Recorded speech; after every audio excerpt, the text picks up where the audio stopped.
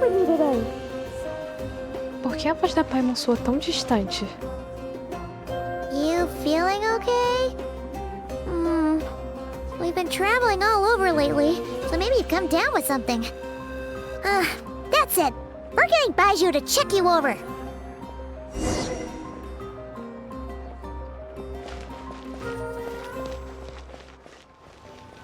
Oh. Baiju isn't in his shop. Oh, you're looking for Dr. Baiju. He's resting today, but he said to send any patients to the back room. Ah, okay. Thanks. We'll head on through. Please, show me your prescription. So many medicines.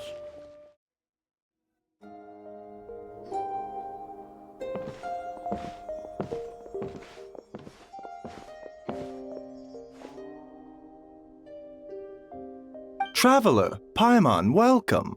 What can I do for you? It's the Traveler. She looks absolutely beat these days. She has these huge, dark circles around her eyes, like she hasn't slept a wink. And she keeps spacing out. You have to call her name several times before she snaps out of it. What do you think it is? Is she sick?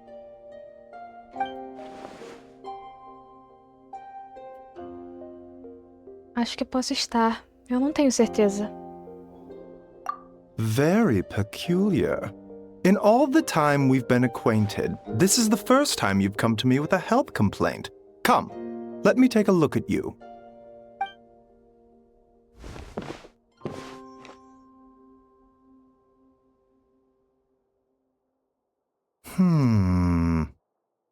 Okay, Paimon does not like that expression, Baiju. It's not serious, is it? Complexion is good, eyes are clear, breathing is steady, pulse is strong. Physically, you appear to be in good condition, traveler. In theory, your energy level should reflect that. You should be feeling right as rain. Mas eu me sinto mesmo estranha. Hence my concern. A clean bill of health is usually a good thing, but in this case, it likely means your situation is more complicated. Physical illnesses come with detectable symptoms that can be used to diagnose, medicate, and cure the condition. But afflictions of a non-physical nature, they fall outside a doctor's realm of expertise. Huh? What do you mean, non-physical nature? Curses, dark magic, it's hard to say. It could just as easily be a simple case of mental fatigue. Why don't you rest here for a bit? Whatever it is we're dealing with, clues to your condition are sure to reveal themselves in time. Once we know the root cause, we can administer the right treatment.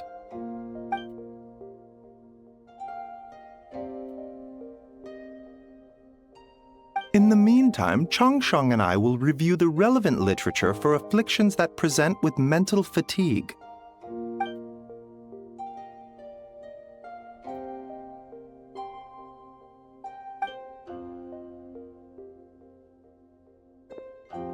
Oh, must be a rare condition if not even Baiju and Changsheng have seen it before. Well, all we can do is take their advice. You look like you're about to collapse anyway. Just get some rest. Paimon will be right here by your side. Fingers crossed you'll be all better when you wake up.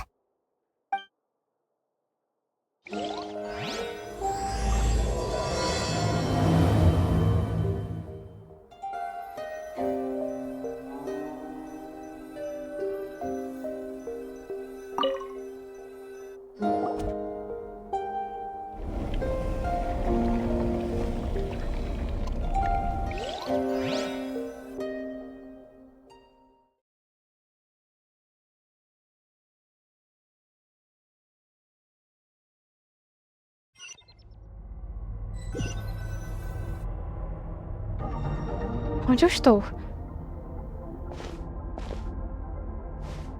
Há uma névoa densa cobrindo meu campo de visão.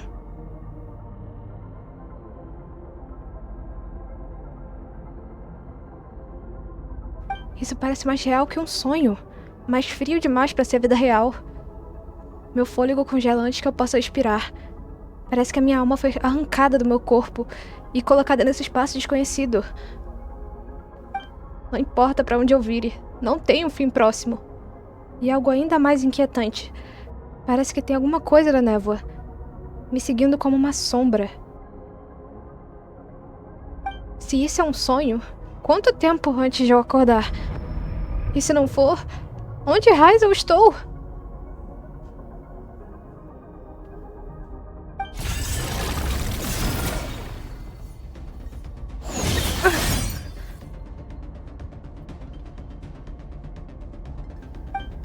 Como é?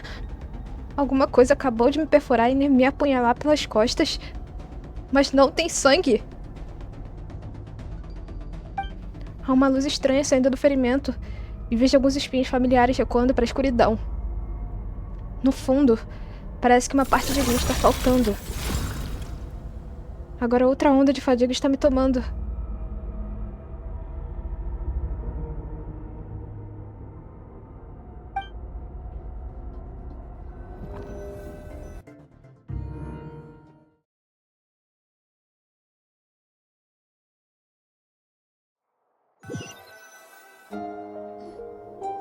Traveler! Traveler! Rise and shine! Time to wake up!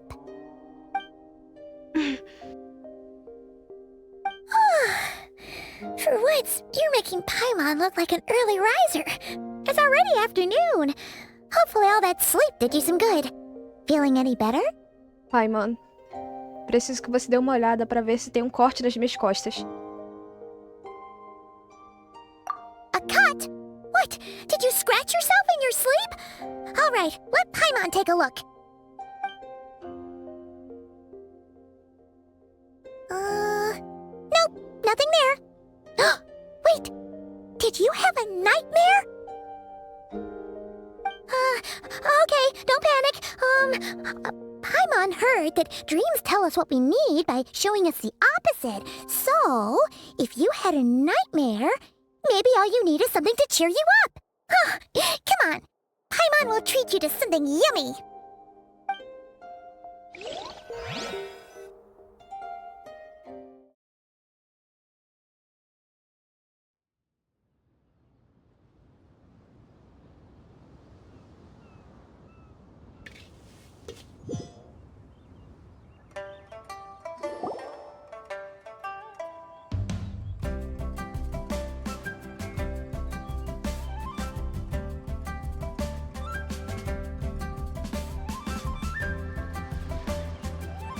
What? So, in this dream, you were trapped in a weird place with thick fog everywhere, and then a spike came out of nowhere and stabbed you in the back? Oh. Okay, well, that's a new one. Are you sure it was a dream? 'Cause from the way you describe it, it sounds like you were really there. But then again, you woke up right where you went to bed. And you were definitely in a deep sleep this morning. Também não sei o que pensar disso. Talvez tenha sido só um sonho mesmo. Then, it's decided. Paimon will stay up and watch over you tonight. If anyone tries to mess with you, Paimon will beat him up. Or, wake you up first and then we can beat him up together. O sorriso da Paimon tem um jeito de me deixar mais tranquila. Mas o que eu vi ainda está me incomodando. Aquele sonho foi tão arrepiante e é quase como se algo estivesse me observando de algum canto do mundo. Até agora. Algo me perfurou no sonho, mas quando eu acordei, não havia nenhum ferimento. Ainda assim, se eu me concentrar naquela área, eu consigo sentir uma dor vaga. Como se, bem fundo sob a pele, algo estivesse... Something is missing? Did you just say something?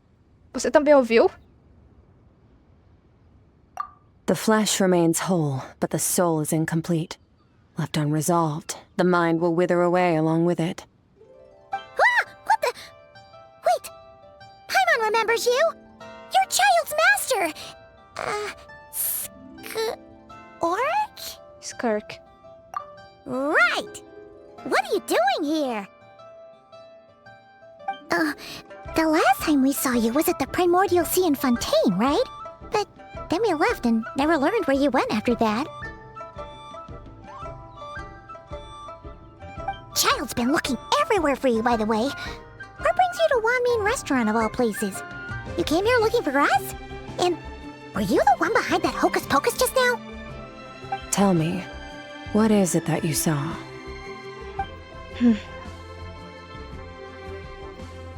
Tight-lipped, huh? I suppose that's fair. You, I'll take a glass of wine. Oh, of course! Coming right up. We make this one in-house. It's not too strong. Enjoy. Chef Mao, I'll take a grilled tiger fish over here.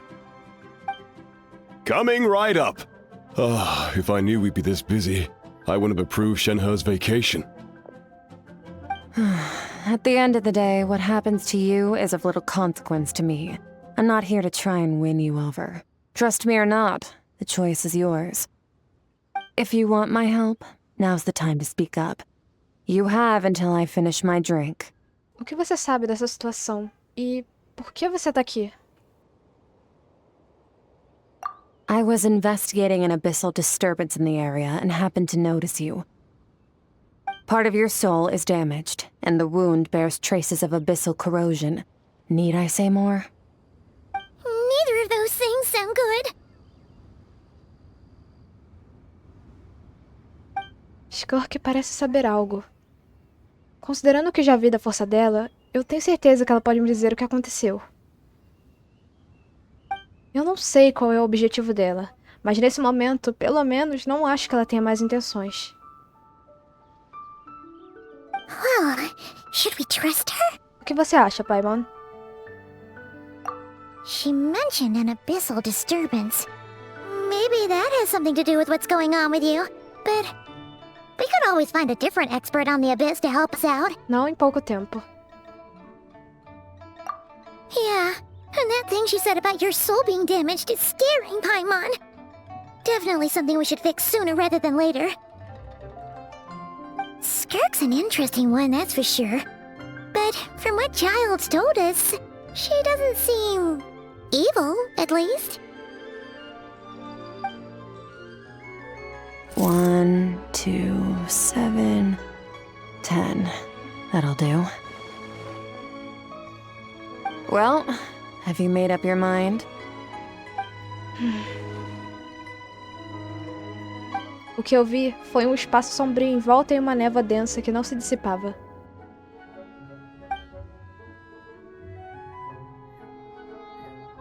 So, that's all we know, Miss Skirk.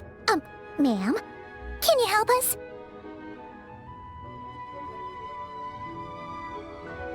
So, you couldn't disperse the fog.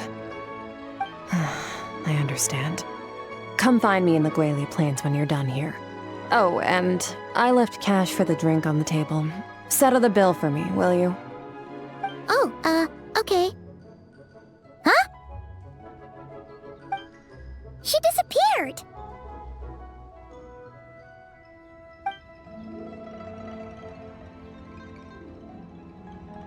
Wait, hold on. You overpaid. Here's your change.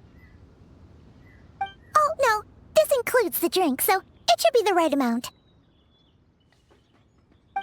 I didn't think you two ordered a drink. We didn't. It was that lady who came and sat with us, remember? You brought it out to her yourself.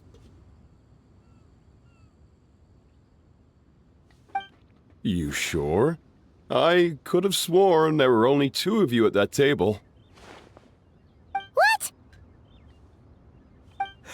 What'd you put in their dish, Chef Mao? Some kind of hallucinogenic mushroom? You got them seeing things. Seeing things? Wait, so neither of you noticed her? Young lady? About this tall? Wearing a purple dress? She ordered a glass of wine! Oh, now you mention it, that vaguely rings a bell. And it looks like I did open the wine jar, so it must have just slipped my mind. In any case, that settles your bill. Come again soon.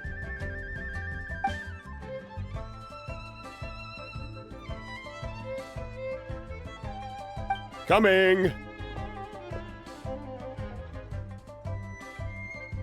Okay, what was going on there? It's like they didn't remember Skirk being there at all. Even Paimon was half convinced we hallucinated the whole thing. But that Mora she left for us was definitely real. Oh, this whole situation is giving Paimon the creeps. But anyway, she told us to head to the Goyli Plains, right? Let's not keep her waiting.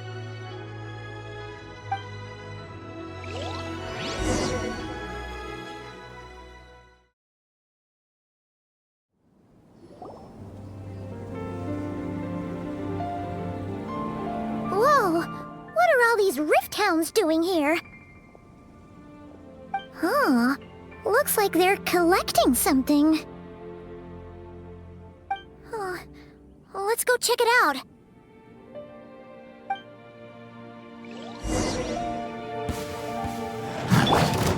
Shower me with praise! Here comes the catch.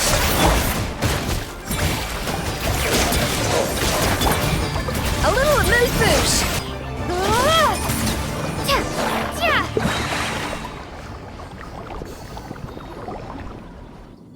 So, this is what they were collecting. It looks kinda like... Restos mortais de deuses. Yeah. What is going on here? From the moment they are born, all beings with great power have an impact on this world. Even if their body is sundered and their soul extinguished, their influence remains. Gods are the most common example of that. The remnants of gods who fell thousands of years ago remain buried deep within the earth, carrying within them a warped will and a dark curse. Together, these remnants form what you call god remains, and it appears that some of those sealed here were dug up and removed. There are traces left, but they're fading fast. What are you doing? Nothing! Just wanted to make sure you were... real? She's definitely not a ghost traveler. Paimon poked her, and she's solid. Depois que você saiu do restaurante, os outros clientes agiram como se você nunca estivesse lá. Your life hangs in the balance, and that's what you're fixated on? Strange set of priorities. It was just a trick to avoid being perceived.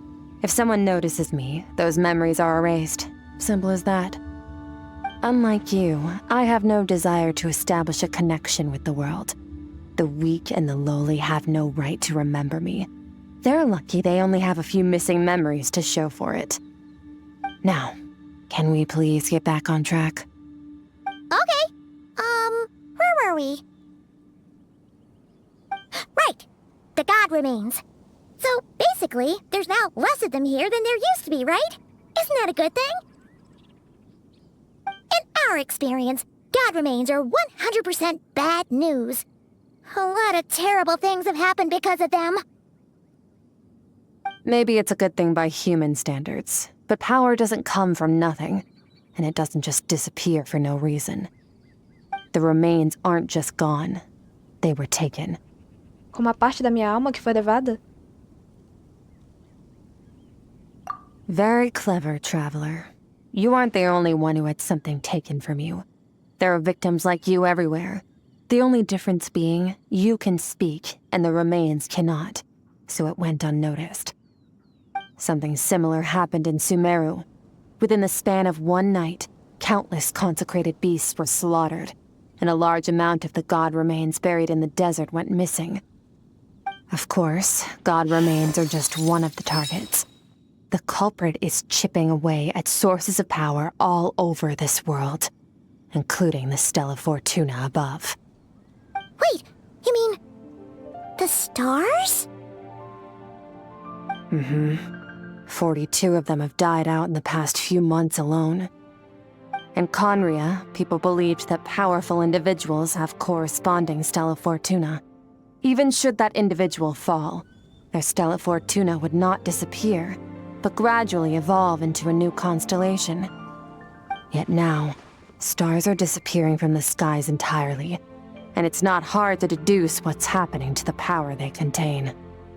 Something has been leeching power from this world like a parasite steals nutrients from a host. And now, it's no longer satisfied with the remains of the dead. It wants you. This time, it only took a fragment of your soul. But next time, there's no telling how far it could go. Mas por que eu? No one knows. All I know for certain is this. Getting back what you lost will not be easy. Considering how much power this entity has stolen, it must be a god-level being by now at least. But that's not the real concern. Souls are fragile things, and yours could easily be crushed if you go up against it. So you're gonna help us, right? We're going to help each other. You are my ticket to uncovering this thing's true identity. Well, great! You seem super strong and you know a lot about the Abyss, so Paimon will take it. Obrigada. Don't get all mushy on me. All I'm doing is helping you get back to normal after a sudden crisis. And I should warn you, getting mixed up with me can have unforeseen consequences. We're on very different journeys. You don't want to be in my debt, trust me. You help me uncover the truth behind this entity, and I'll help you recover what you lost. This is a transaction, that's all. You would do well to remember that. Now, come along. Yeesh! You'd think she'd be a little friendlier since she's agreed to help us. But nope, she's just like when we met her in the primordial sea. So cold. Well, whatever. If that's how it's gonna be, then she doesn't deserve our friendship. What she does deserve is a super embarrassing nickname. Ah! Paimon's got it. Frosty the Lavender Melon! Serves that ice queen right! Anyway, the important thing is that we get that piece of your soul back. So, let's follow her and see what sort of plan she's got.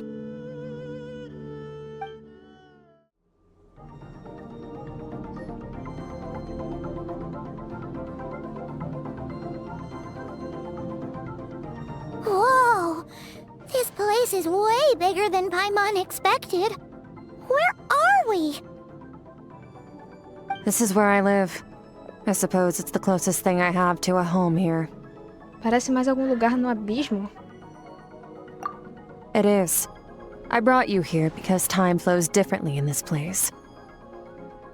I don't know how much Ajax has told you, but when he fell into this space, I mentored him for 3 months. In that time, only 3 days passed in the outside world. Ajax? Oh, right! That's Child's real name! Yeah, Paimon remembers him mentioning something like that. So, a month here is equivalent to 1 day in the outside world? That should mean we're safe from that power-hungry soul snatcher for now, right? Yes, well, I didn't bring you here just to show you around. In the outside world, the Traveler could be attacked at any moment. But coming here has bought us quite a bit of time. Now, we just need to figure out how to investigate that place you saw. The one full of fog. Both your description and the abyssal disturbance I felt point to that space having some connection to the abyss. It could even be a domain similar to this one. The thief who stole that fragment of your soul is hiding there. But the abyss is a chaotic and turbulent place. If we want to pinpoint their location, we need to see what that space looks like without the fog. Abyssal power can grant a special form of sight. Have you ever wielded abyssal power before? Não, não que eu saiba. Okay.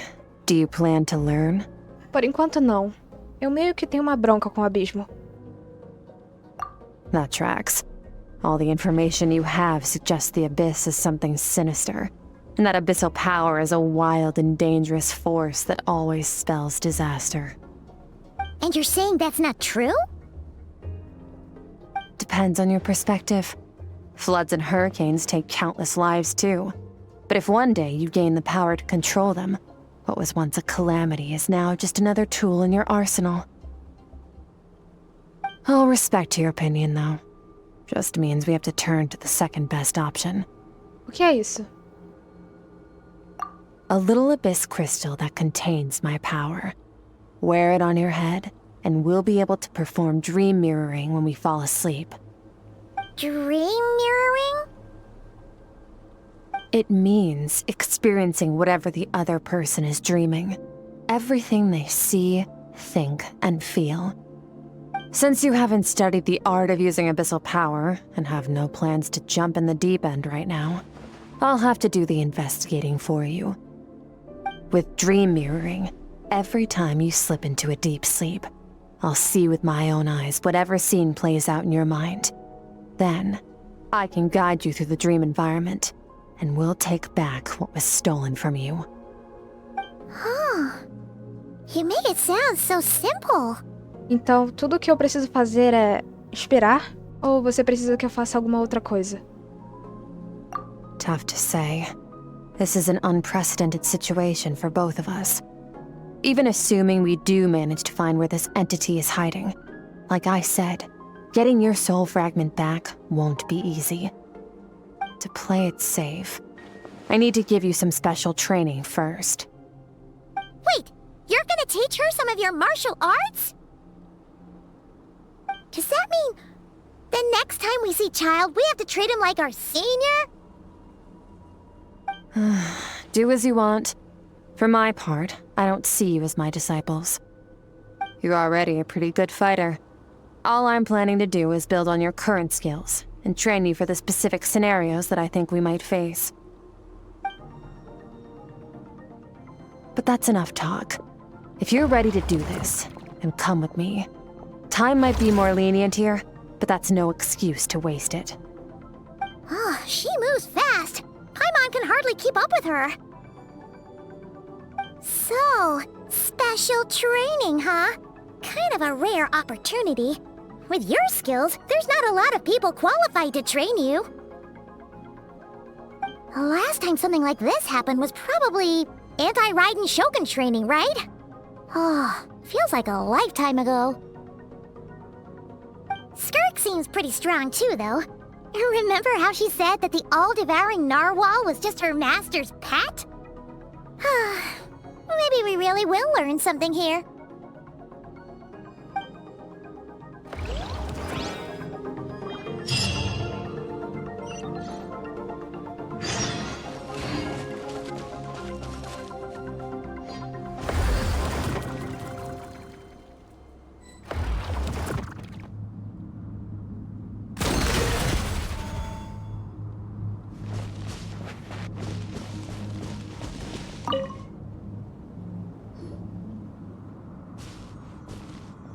Ready?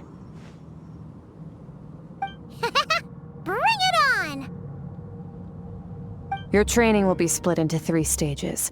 Testing your blade work, elemental abilities, and reasoning skills. We'll start with blade work. You're no rookie in this area, so I won't bore you with the basics. During your long journey, you've no doubt sparred with a lot of talented sword fighters. Consciously or not, you will have picked up all kinds of techniques from them. You bet! There's Kaya, Master Jean, Kuching... Oh, and Kazuha, Ayaka... Yeah, we've met sword masters like you in every nation we've been through. You sparred with a bunch of them too, right? Nice to know it's all gonna come in handy now. Don't get too smug. In sword fighting, techniques alone are not enough. You need a cohesive system to bring it all together. A style or school of fighting. To use the human body as an analogy, your style is your skeleton, the foundation, the framework. Techniques are the muscles and other flesh attached to the bones. This is where your strength comes from. Improving your sword fighting is like growing that body. If your frame got bigger and taller, but you didn't add any muscle mass, you'd be weak and flimsy.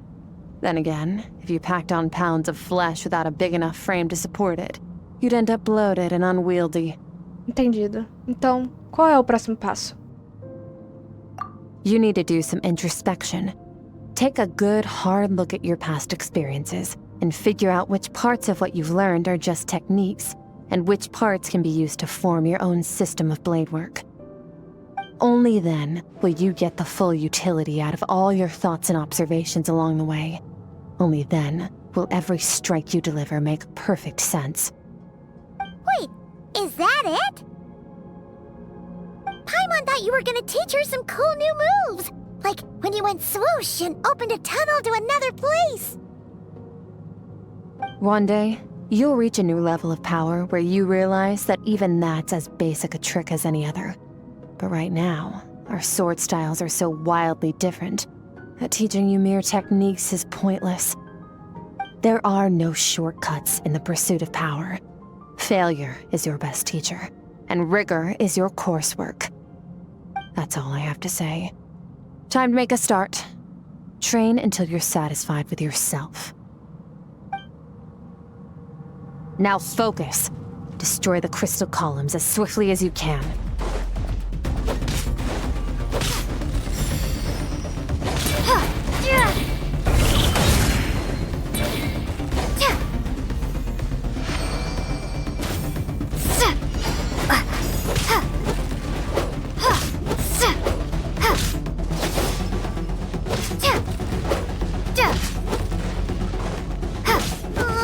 This is making Paimon's head spin. Hang in there, traveler!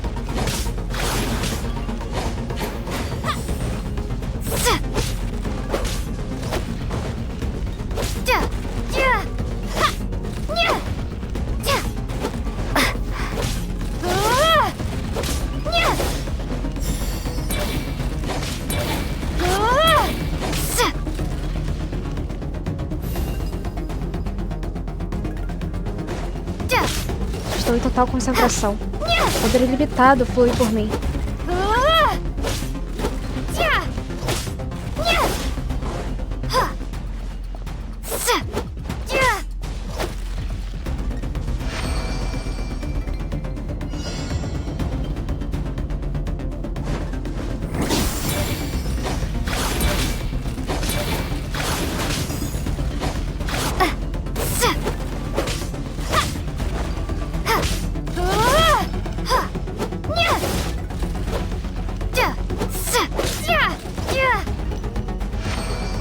Stay calm. Use your head. You have to keep it together.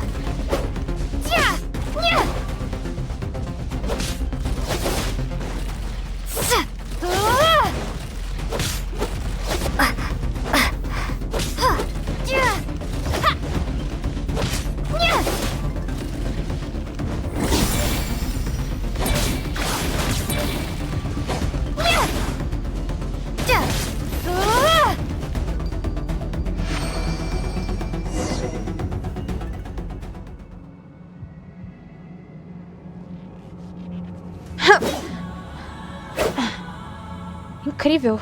Isso está transformando toda a minha visão da arte com espadas. Eu estou usando as mesmas técnicas de sempre, mas agora elas têm efeitos diferentes. É como se eu tivesse aberto uma porta escondida em minha mente e houvesse uma fonte de força do outro lado.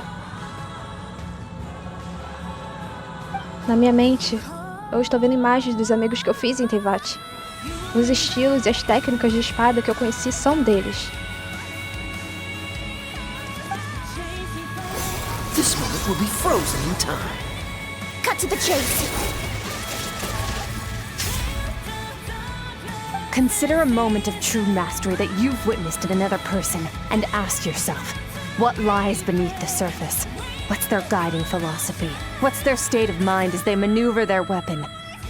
Now take that and practice it right away with speed, skill, and strength, over and over, until your hand is one with your mind. This is the only path to true growth. Step on up! Dance with the waves!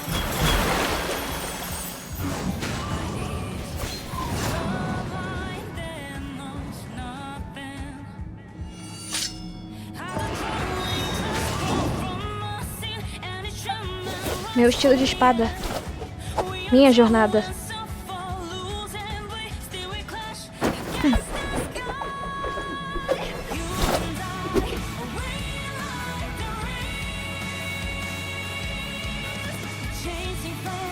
If you start to tire, empty your mind, but do not stop. Stay in that frame of mind as you keep up the fight. Get rid of all redundant movements. Imagine your sword is an extension of your own body. Wield it just as you wield your arms, hands, and fingers. 'Twas on a deserted, moonlit night that the hero approached the vile dragon's limpid lair. Ring cutter! Feathers fleeting wet, the white heron treads water, a sight without flaw. Master of Inazuma Kamisato art Tachijutsu.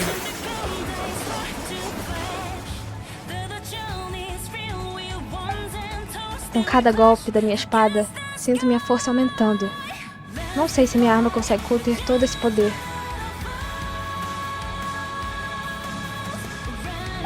Eu estou em total concentração. Poder ilimitado flui por mim.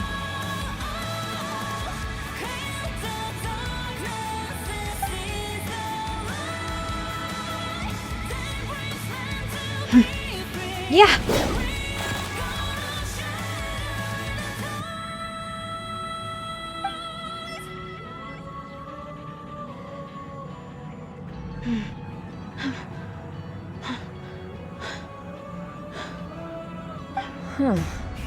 Looks like you've made some real progress. That concludes your training session. Awesome! Paimon knew you could do it! How do you feel? Exausta. Tô lutando pra ficar de olho aberto. As you should be. Time flies when you're training hard. You've actually been going for several days now with no rest. Yeah. Meanwhile, Paimon's had a whole bunch of naps. But you were so focused, she didn't want to interrupt you. Go get some sleep. I'll be doing the same very soon. Let's hope you see that foggy place in your dream, so I can get this investigation over and done with.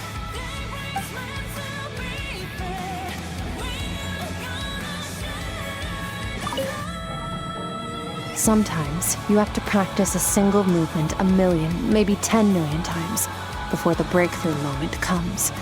Nothing in the outside world can help you in this process. The most important thing is to remain patient.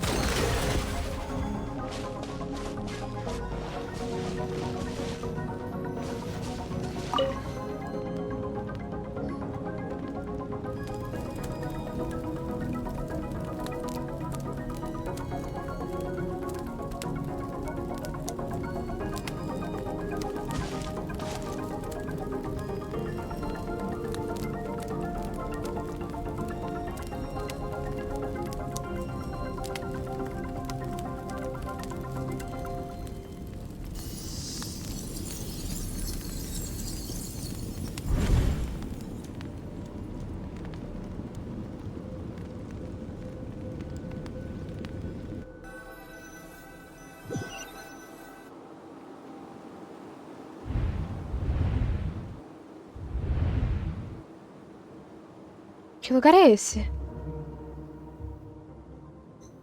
Eu fui arrastada de novo para aquele lugar. Mas Skirk disse que o espelhamento de sonho ia começar quando eu caísse no sono. Então por que eu voltei pra cá?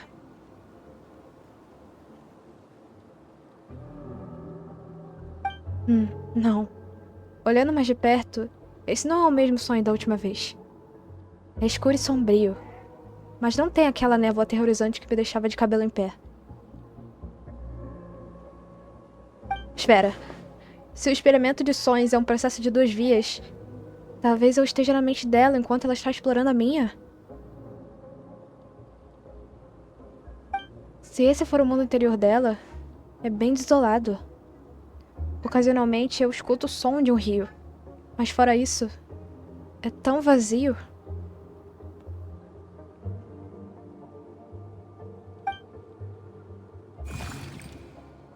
O que é isso? Que criatura estranha. De onde veio? Parece que ela quer me levar a algum lugar. Vou segui-la e ver onde vai dar.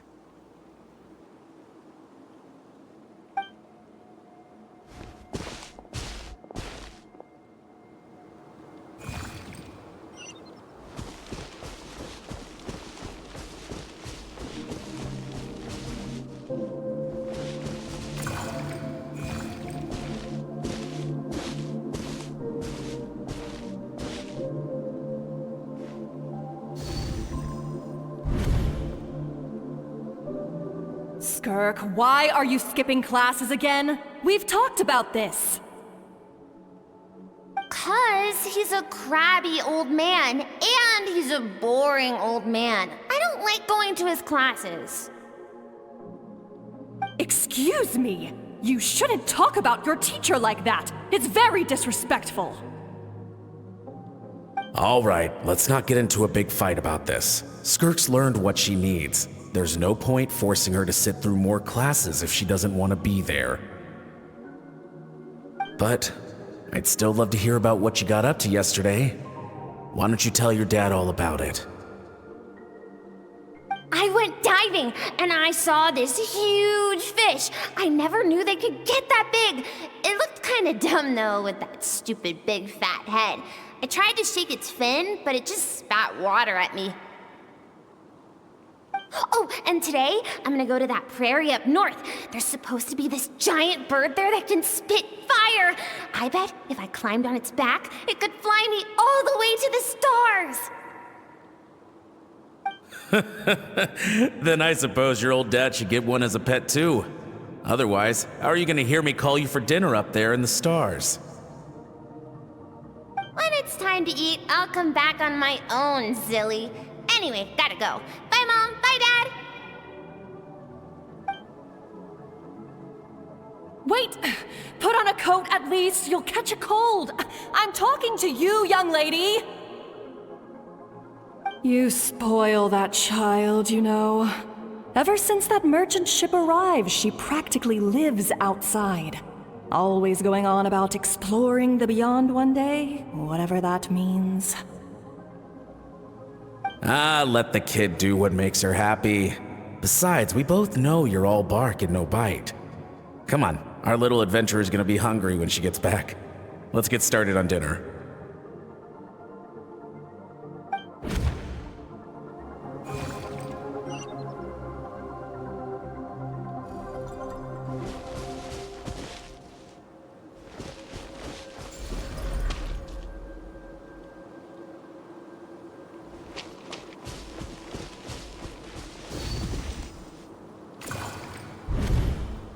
The stars shimmer high above.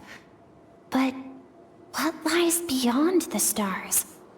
Mountains as far as the eye can see? An endless snowy plain? Or maybe buildings taller than the sky, like the people from the merchant ship said? I can't be the only one asking these questions. The universe is fascinating. If only I could meet some other people like me. We could set sail together and explore every corner of the world. I'm sick of being a kid. There's so many amazing things out there, and I'm ready to see them all. But for now, I'm starving. Better get back.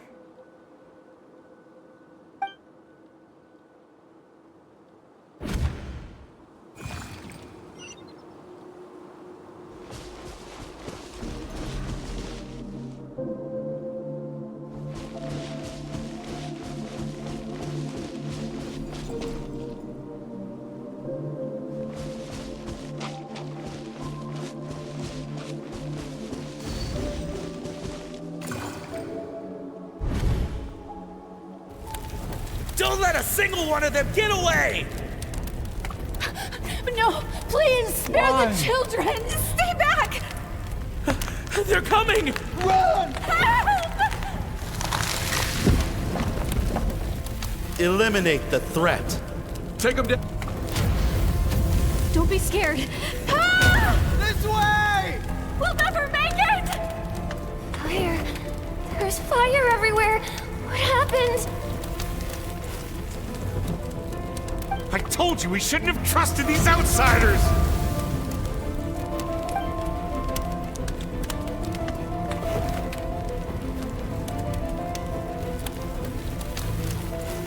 Why are you doing this? What did we do to deserve this? We welcomed you with our finest food and drink, showed you the best our home has to offer, gifted you cloth dyed by our own hands. And this is how you treat us? Run!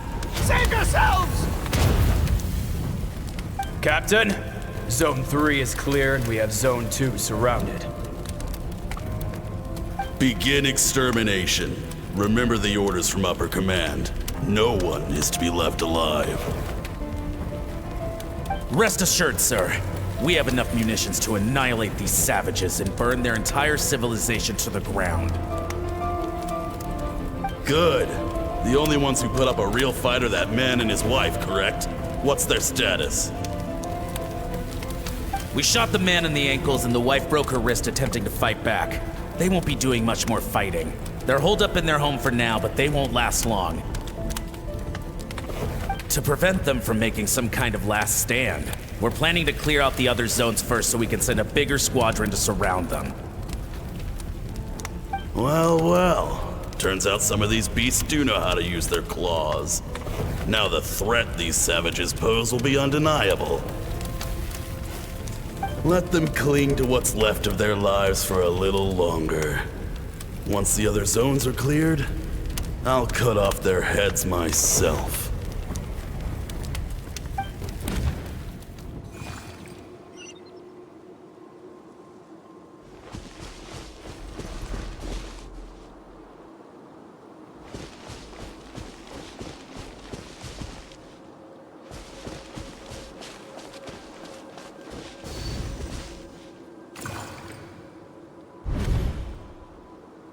Dad? Mom? Skirk, you're all right? Thank heavens. I'm so happy to see you, sweet girl. But you need to go. It isn't safe here. They'll be back any second. What happened? You're bleeding a lot. Dad? Mom?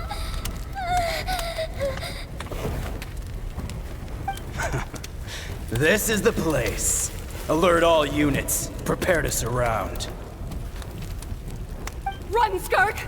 Run as far away as you can! Don't trust anyone! Your dad and I, we're not afraid to stare death in the face, but we need you to survive. My clever girl, so curious. You're already so brave. I know you're going to grow up to be such a positive light in this world. Whenever you miss us, just play this song.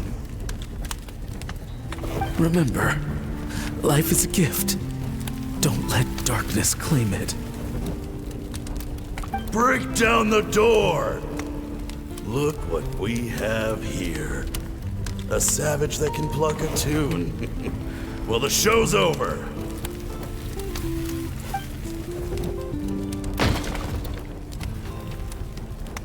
You! Stop singing! Shut it! I said shut it or I'll make you! Fine. Have it your way!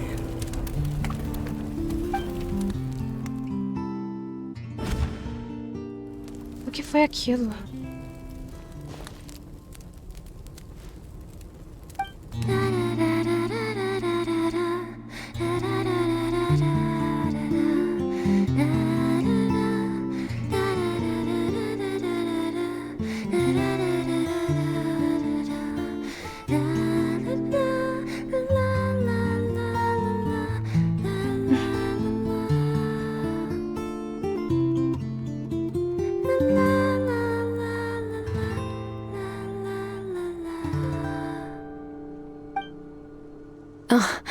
You're awake?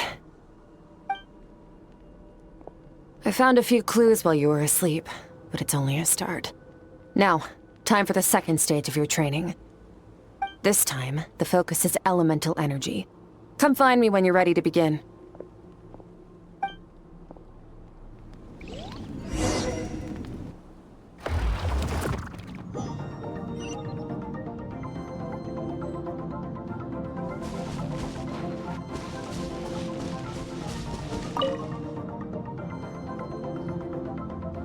Man, staying in the abyss feels so surreal, don't you think?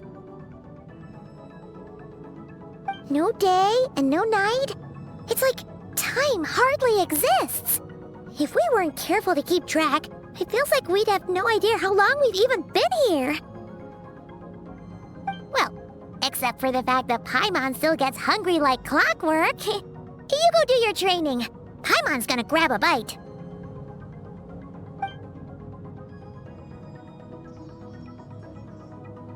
Eu estou pronta para começar.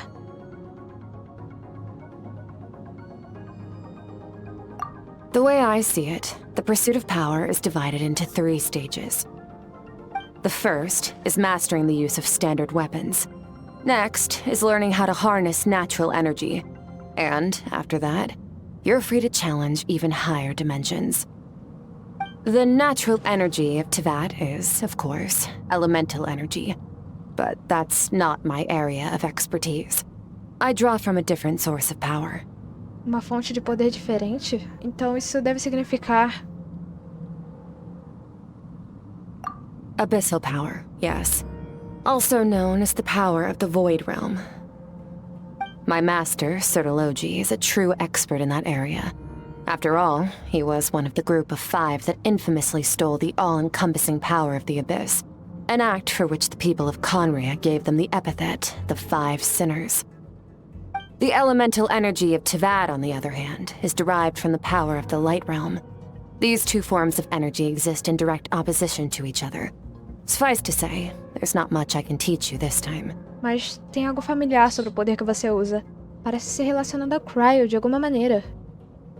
A keen observation, traveler. Call it respecting local norms. The Abyss stands in direct conflict with the will of this world. So, to make my life easier, I disguise my power to make it appear cryo-like in nature. It's a technique I learned from some Conrian ruins, known as the 7 Shifting Serpent. If you ever change your mind about delving into abyssal power, I can teach it to you. O poder do abismo não combina comigo. Eu consigo purificá-lo. So I've heard. You seem to have a knack for removing abyssal power. But is purification really what's going on there? Like I said, power does not simply disappear. O que está tentando dizer? Just thinking out loud. Let's focus on your elemental training. That's what's gonna help us if the situation gets tricky. True growth comes from adversity, but only if you make the choice to pick yourself up again every time you fall. So, it's time to push yourself to the limit, and then keep pushing. This is the only way to advance at pace. Use the power of Animo to clear the field as fast as you can.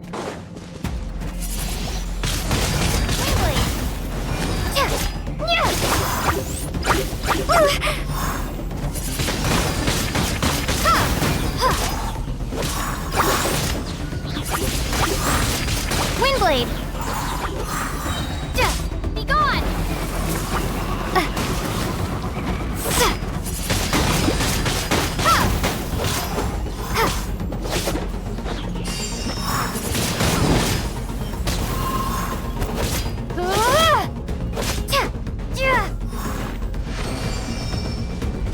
Observe your surroundings. Look for things you can use to tilt the scales of success in your favor.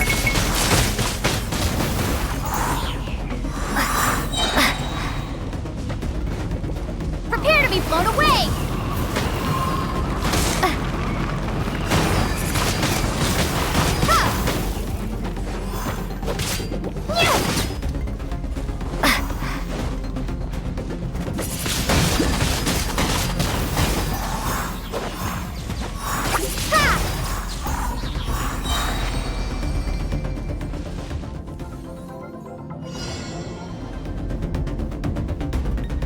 Use the power of Hydro to destroy the spikes.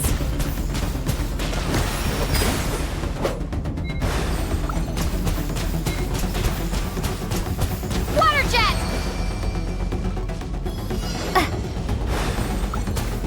Faster! Don't give them a chance to strike you. You need to be quicker than you were in your dream. You can't afford another injury like that.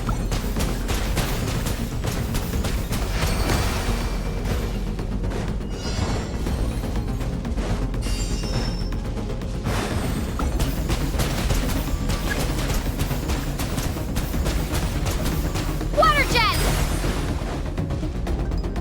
Go!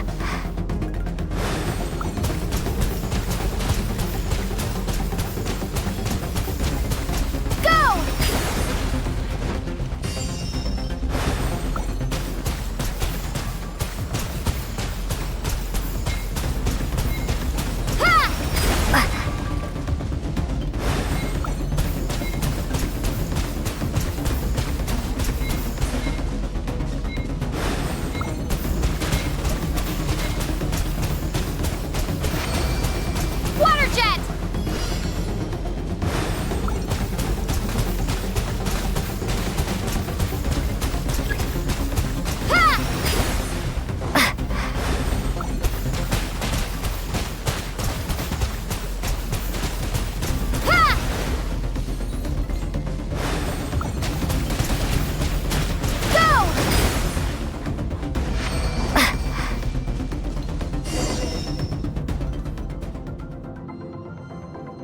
Pela minha jornada, eu ganhei diferentes habilidades elementares em diferentes terras.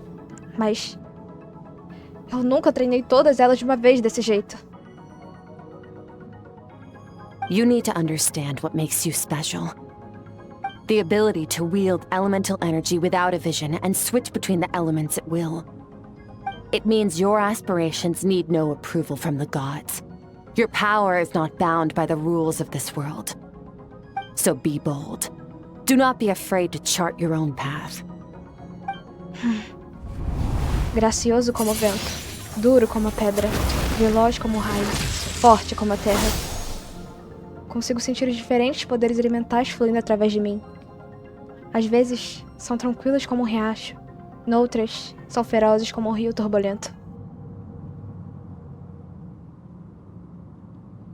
Se eu fechar os meus olhos, quase posso ouvir suas vozes. Mas não é como se eu fosse me encontrar com uma besta selvagem, indomesticável. É mais como se reunir com um velho amigo.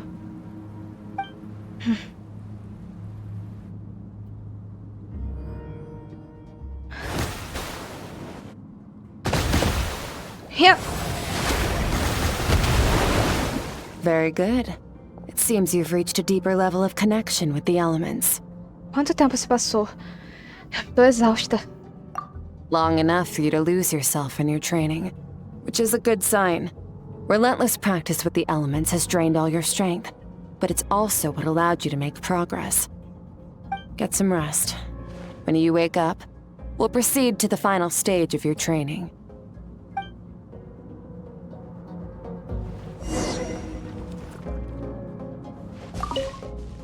If you wish to master the elements at a fundamental level, you must see the entire natural world. Nature in all its places and forms. That is part of what it means to be a traveler.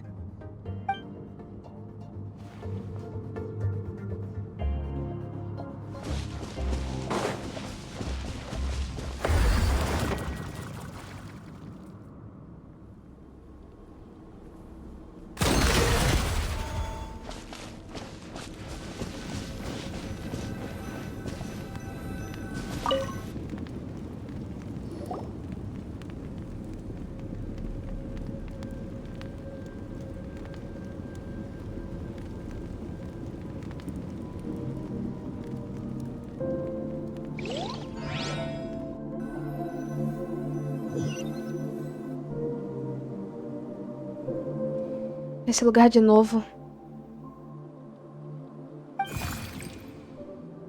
Você me trouxe aqui? Quem é você?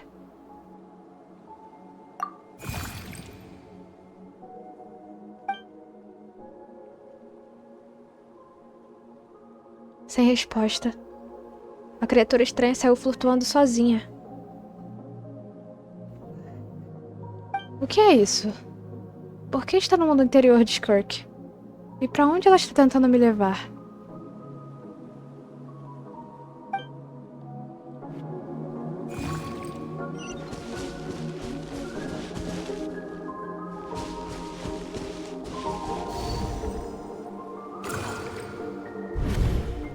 What is the secret to power? Longing, hatred, self-preservation. No, it is fear. The fear of losing those you love. The fear of watching your home burn. Fear of loneliness. Fear of death. Fear is the source of evolution. It forces humanity to adapt to their environment and overcome hardship. It is in the process of prevailing over our fears that we surpassed first ourselves and then the rest of the world. That fear is now part of you. It calls on you to evolve. And it is time to answer.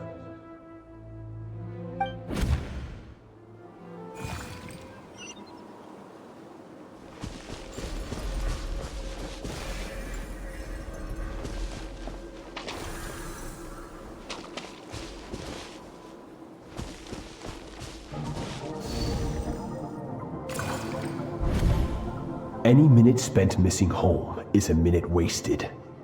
Practice your sword work instead. Do not make me tell you twice. But, Master, I can barely lift the sword anymore. If I keep going, I feel like my wrist is going to break. So it has not broken yet.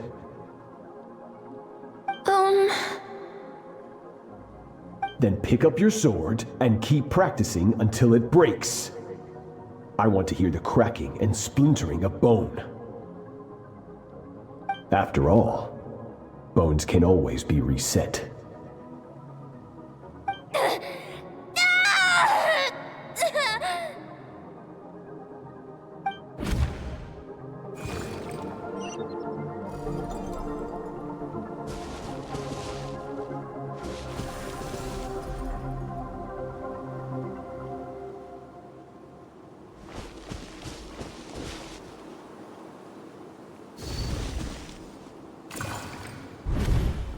Good Skirk.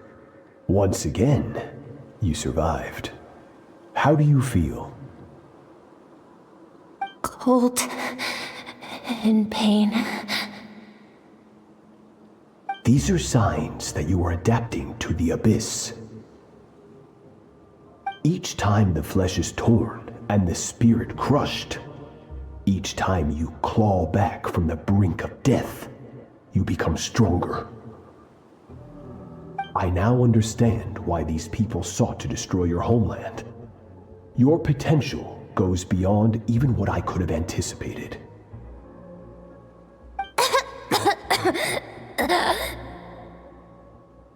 But you still have much to learn in your pursuit of strength. Your mind is rife with distractions. From now on, I shall show no mercy in your training. You must learn to shut out all the pointless emotion, crush the self that makes you weak, and become master over your physical form. Get up, Skirk. Wipe the blood off your face. Cut away the rotten parts of your flesh, and mend what is broken. Then take up your sword.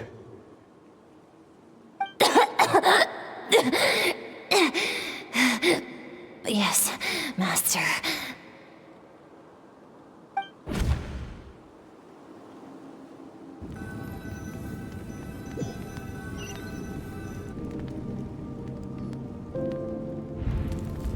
O sonho acabou, mas não consigo tirar uma sensação sufocante e opressora da minha cabeça.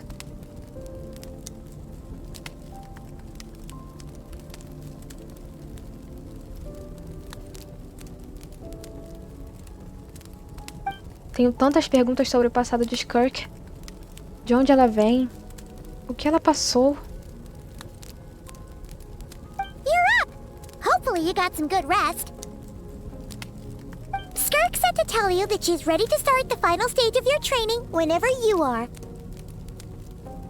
So, want to head over now? Or did you want to wait a little? Eu quero mesmo respostas. Mas agora é vital completar o treinamento.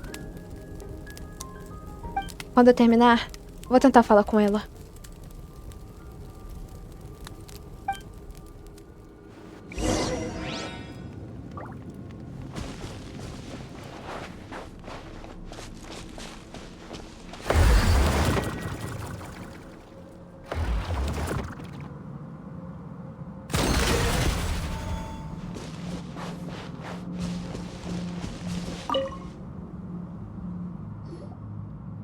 From your training so far, you have gained better command of the sword, and more control over your elemental abilities.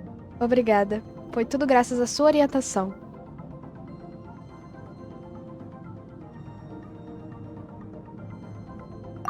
That's only part of it. Experience is the real teacher. Your journey, the friends you have made, the dangers you have faced. These have taught you more than I ever could. Now, it's time to focus on how you react under pressure. You must be able to think rationally, even in unpredictable combat situations. To simulate this, I'm going to attack and you're going to block. Ready?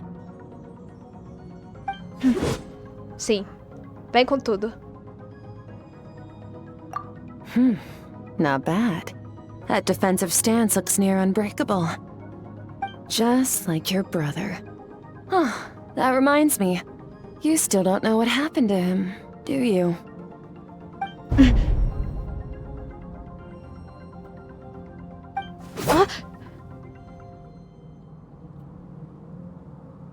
no fair! That's cheating!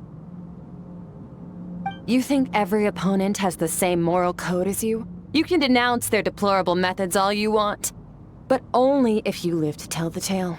The dead don't get to complain. Strong emotions will always arise in combat. Anxiety, anger, fear. But a true warrior is never at their whim. Only when you are free from the influence of emotion can you make the right choice, no matter the situation.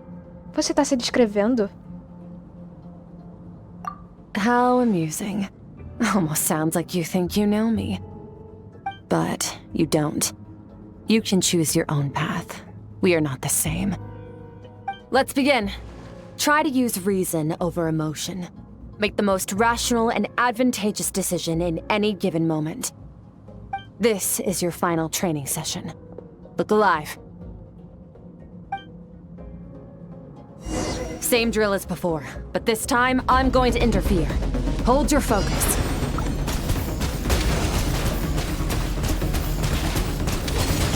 Water jet!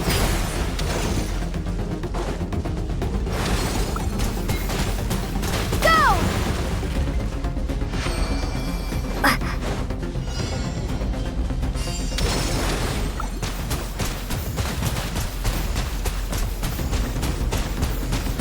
Water jet!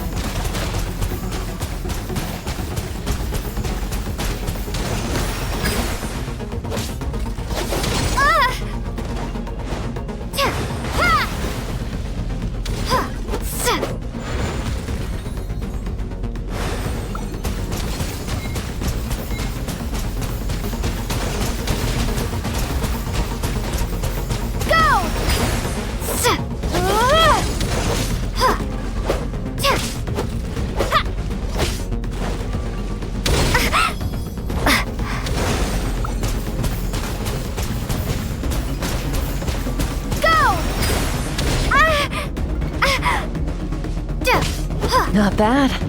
Better than I expected.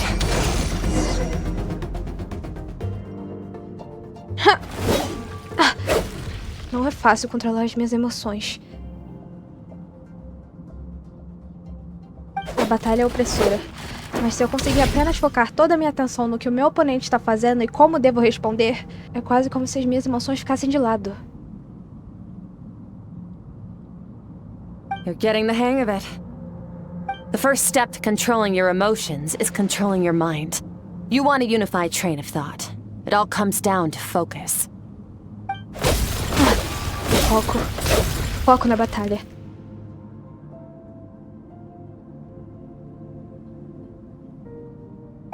Acho que está funcionando. Posso escolher me desconectar de tudo que não seja relevante à batalha. Mas acho que continuo longe de ter controle total sobre as minhas emoções.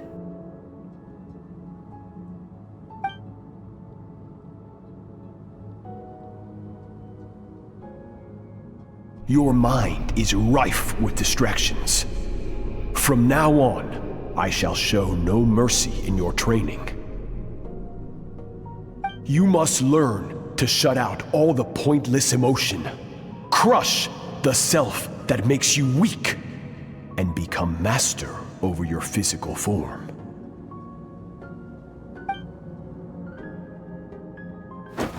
Skirk também passou por um treinamento desse tipo, não foi? Quão implacável o treinamento tem que ser para fazer alguém substituir todas as emoções por pura razão?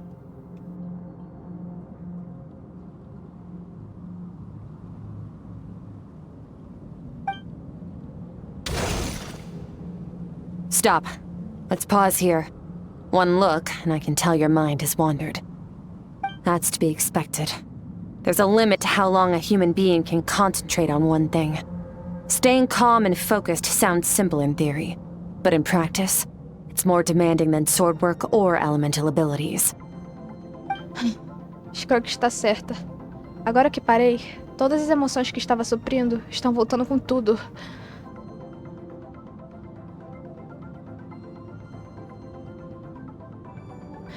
Dor, cansaço, frustração, dúvida. Mas cansaço é a principal. Sinto que eu consigo dormir aqui agora. Get some rest. No point training further if you're already dead on your feet. Like I said at the beginning, the only goal of this training is for you to reach a point that you're satisfied with. You managed to push past your limits, which is a good start. You can be proud of that and sleep well knowing that you've earned it.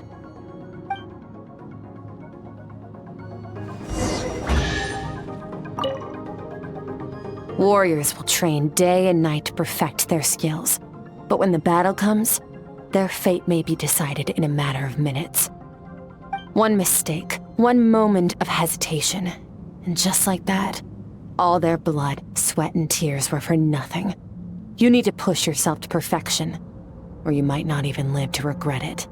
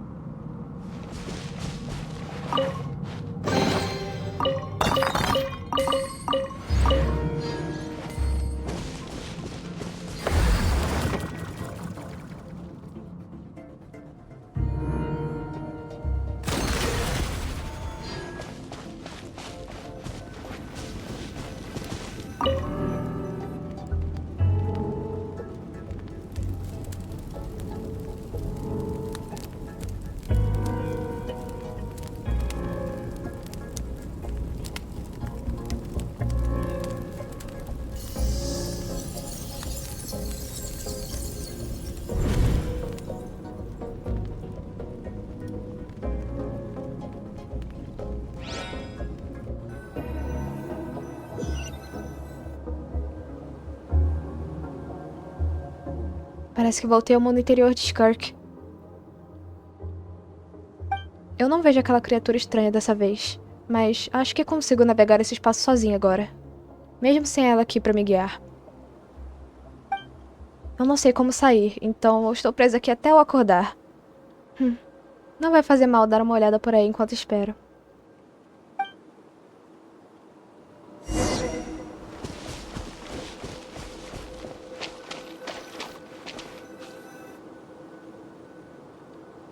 Skirk is amazing.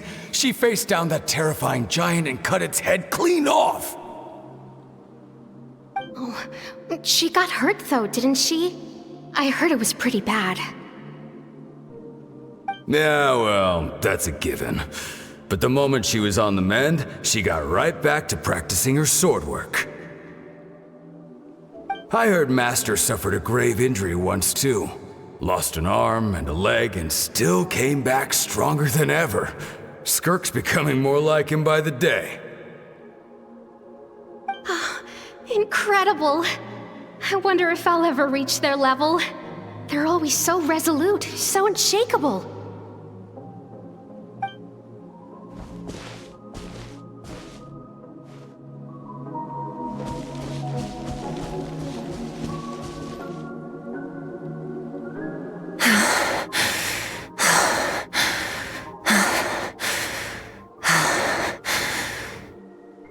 Pathetic. You're not even trying.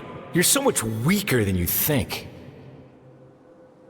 Skirk, have you become a positive light in this world?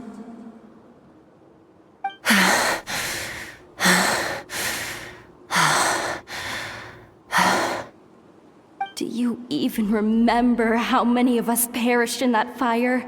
How many bodies were left to rot on the scorched earth? Yet you alone live on. Keep your gaze fixed on your blade. You don't deserve to rest. I have so many questions. I just want to jump in a spaceship, explore the whole universe, and get answers from the stars. I just need to wait till I'm grown up. Then I can do anything. Now, you must bid farewell to who you were in the past and become someone stronger. Run! Skirk! Run! Only death awaits us here. Keep running, and don't ever look back.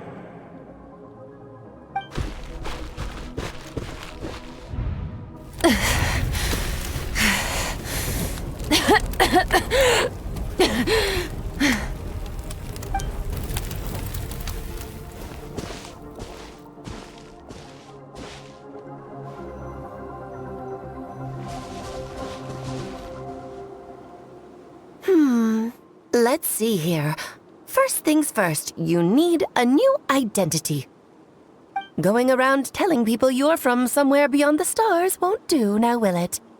How about saying you hail from beneath the earth instead? As the Conrian saying goes, venturing out into the universe and down into the abyss are the same in that both are braving the dark unknown. Well, I'm a visitor on this planet, so I'll follow the rules. Ah, splendid. That saves me quite a bit of trouble. Let me offer you a piece of advice in return, although it might not be what you want to hear. I know the pursuit of strength is important to you, but taking a moment for yourself every once in a while is never a bad idea. Ignore her existence for too long, and there will come a day when you can no longer hear her voice.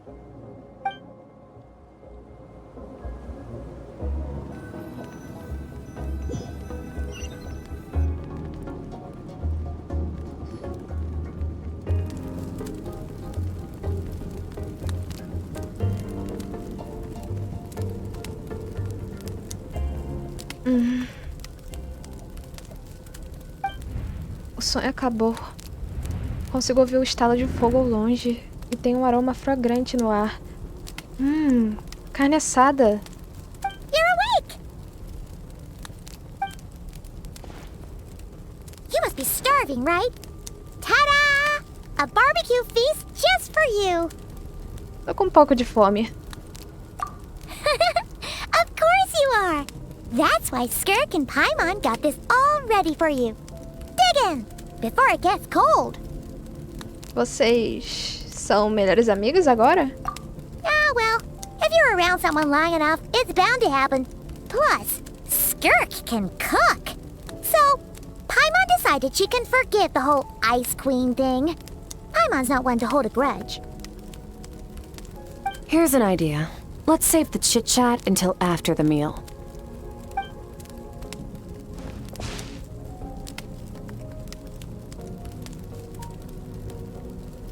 Ugh, so full. Okay, it's Paimon's turn to sleep now. Wake her up when it's time to go.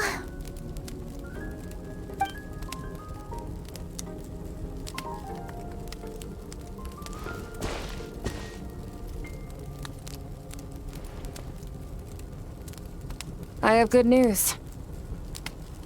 First, your training is complete. You have what it takes to wield immense power. Now it's just a matter of putting it into practice. Continue to learn from your journey and hone your skills against formidable opponents. Second, I've located the culprit we've been searching for. Next, we just need to retrieve the missing part of your soul, and our business will be concluded. Obrigada. Foi bem mais rápido do que eu esperava. When Ajax trained with me, he once told me he was bursting with questions. So I allowed him to ask me 3 of them before he left. You and I may never meet again, traveler. So if there's anything you want to ask me, now's your opportunity. Just like Ajax, I'll answer 3 of your questions. Depois de passar um tempo no mundo interior de Skirk e testemunhar as memórias dela, há tantas perguntas que eu poderia fazer. Mas a mais importante é... Você é mesmo de Teyvat? Okay, not the angle I was expecting. What makes you ask that? Perdão por não contar antes, mas... Enquanto estávamos espelhando os sonhos, acho que vi suas memórias.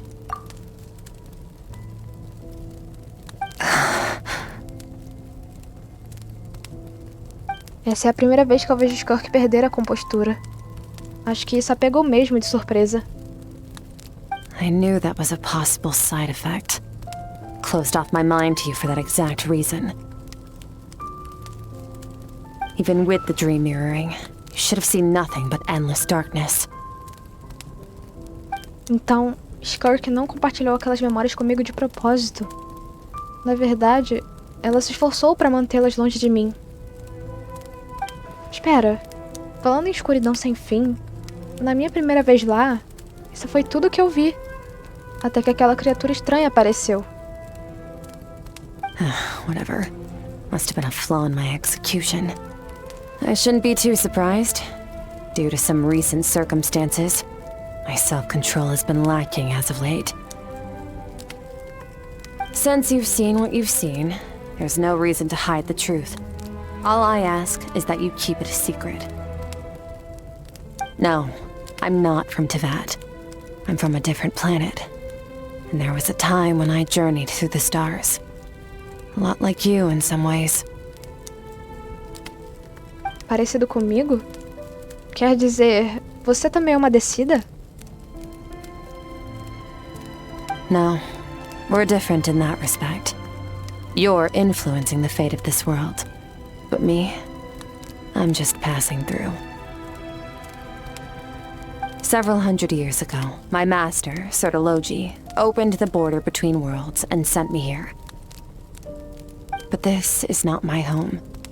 And one day, I'll return to the vast unknown of space. So, there you have it. On to your second question.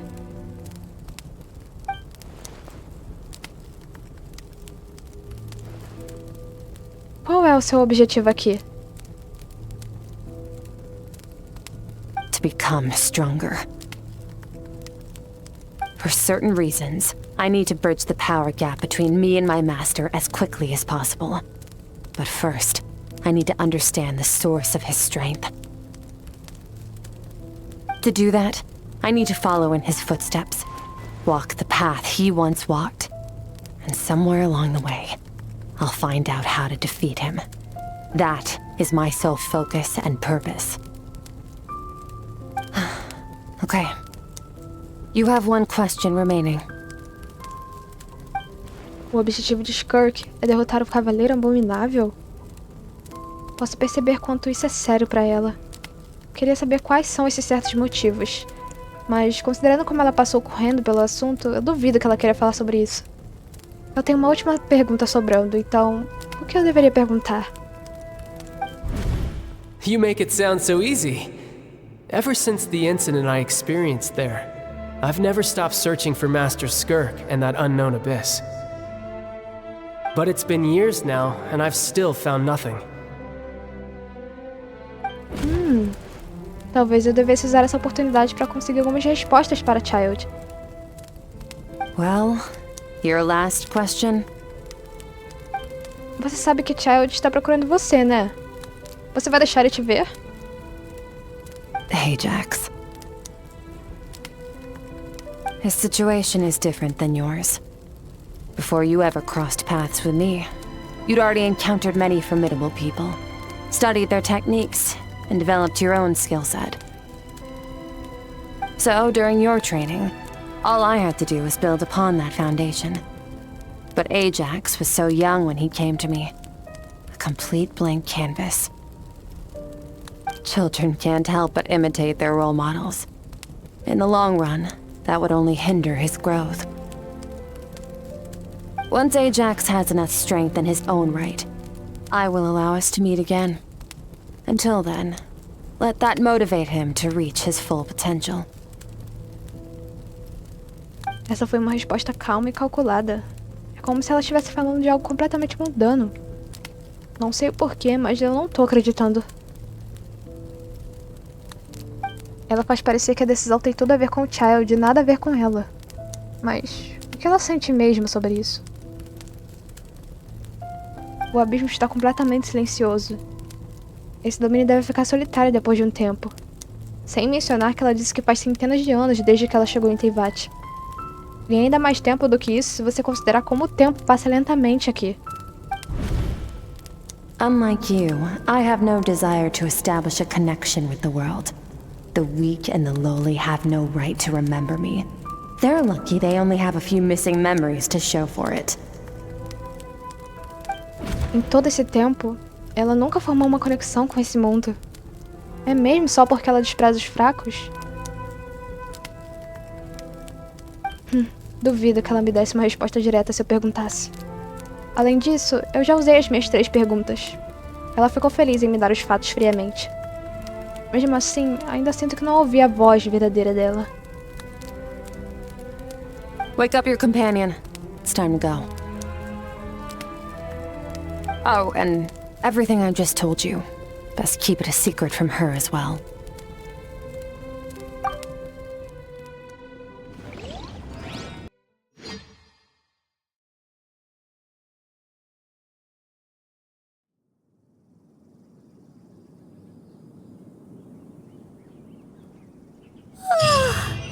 Time to go.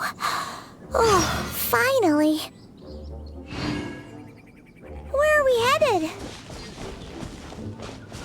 Just follow me. I'll open an abyssal rift close to the culprit's location. It will take us to where he's hiding.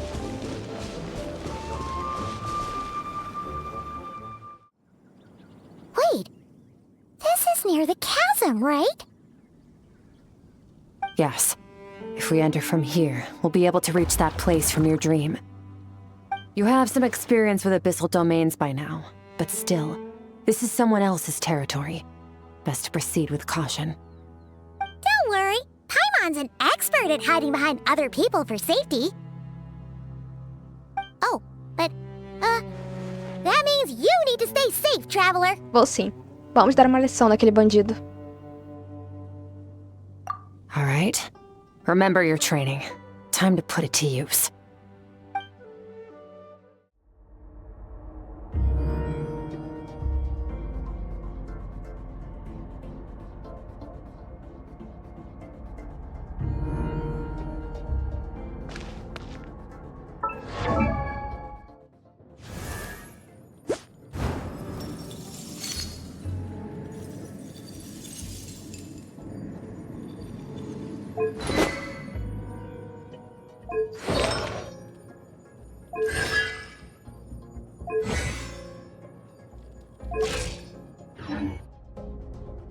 The abyss is like the world's shadow. It's always there, and it won't...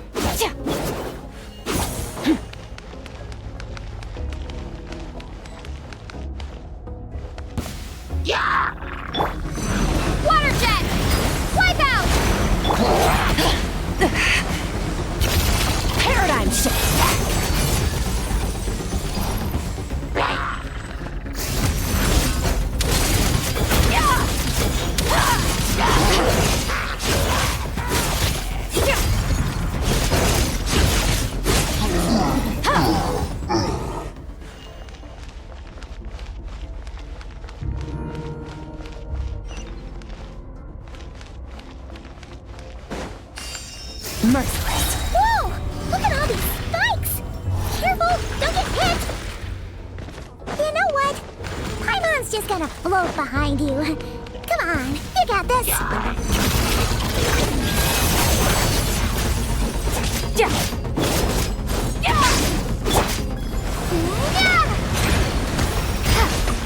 Hey, what are you two doing here?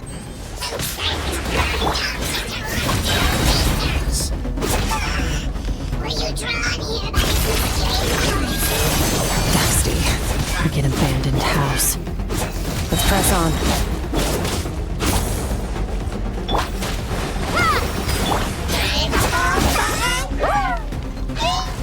Extinguished! Power.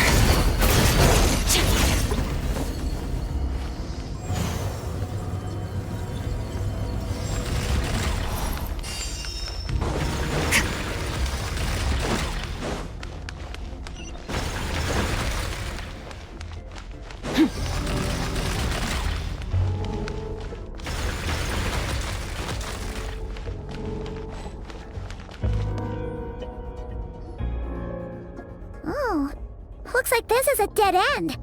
Did we make it to his hiding place? Ugh, this fog is making it impossible to see anything! This should be the place where you were attacked, traveler. The missing part of your soul should be nearby. Can you sense where it is?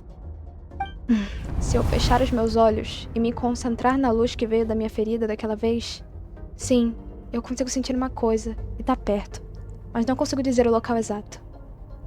Nada exato.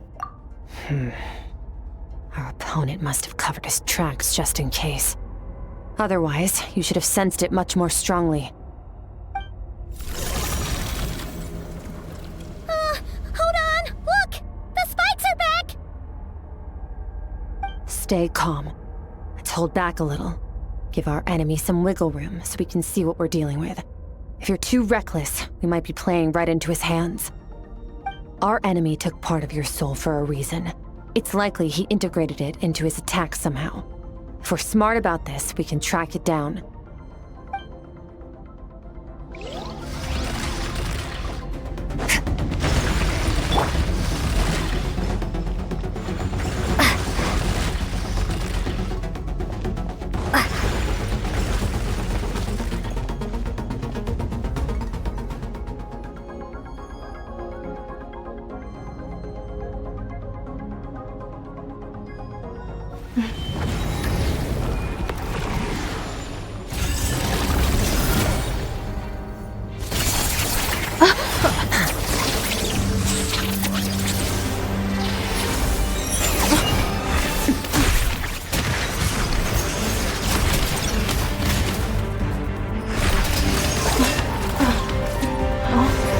From the start, the attacks have been focused on me. Trying to break through my defenses? I see.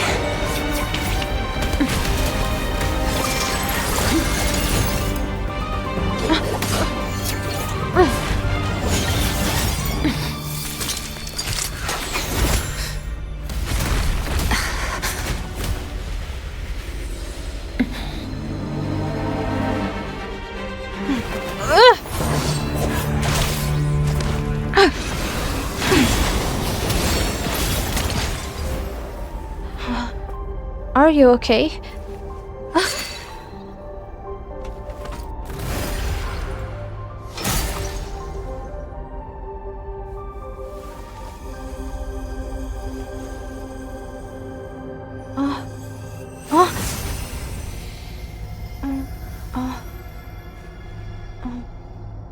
There. I got it back. Traveler!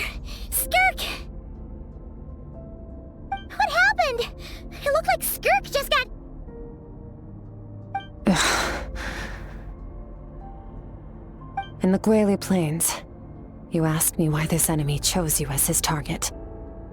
Now, the answer is clear. It's not just the fact that your strength is impressive. It's also because of your ability to, as you put it, purify abyssal power. Whatever that actually means. The fact is, that ability allowed him to do something that should have been completely impossible. Namely, break through my defenses and steal my power. Então, você era o alvo real dele desde o início? No. He couldn't have known I'd come to his domain. He only stole your soul fragment because he knew the value of its power. I doubt he expected it to come in handy so soon. Call it fate, if you want. I believe that's the term they use in this world for arbitrary coincidences like this. In any case, it works to our advantage. Once I realized what he was using that power for, it gave me the chance to get back what you lost. Mas você... I'll cope. Well, done gorging? Good. Time to answer some questions. How did you get the power of the all-devouring narwhal? The all-devouring narwhal? Oh, of course! Paimon knew that spike thing looked familiar. It looks just like that narwhal's horn! I highly doubt you acquired that power through your own strength. Tell me I'm wrong. You're desperate enough to scour the land for god remains and whatever vestiges of power you can find. That alone proves you wouldn't be able to defeat a creature like that. Which leaves one possibility. You know my master, the Foul, Sertologi. The Foul? Who dares call him Foul?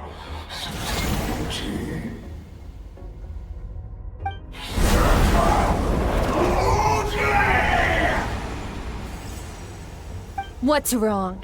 Bit off more power than you can chew? You're struggling to hold a basic conversation. Just a little longer. I'm still...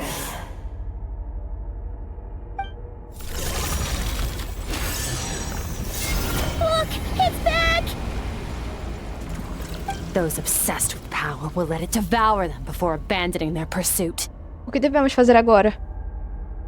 Keep calm and use reason to decide the best course of action. Skirk foi apunhalada por dos espinhos enquanto eu recuperava o fragmento da minha alma.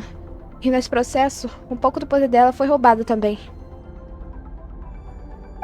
O culpado está se escondendo em algum lugar além da névoa. Eu tenho uma boa compreensão dos padrões de ataque dele da nossa luta ainda agora. Se a gente o perseguir, nossas chances de vitória são altas. Mas a respiração de Skirk está cada vez mais fraca do que o normal. Se atacarmos agora, não posso garantir a segurança dela ou da Paimon. É uma decisão difícil de tomar, mas...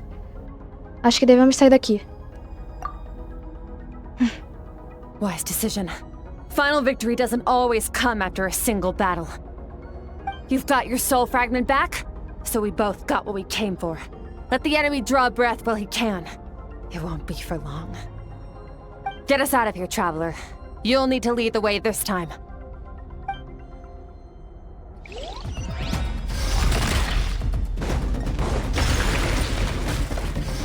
Skirk, is your shoulder gonna be okay?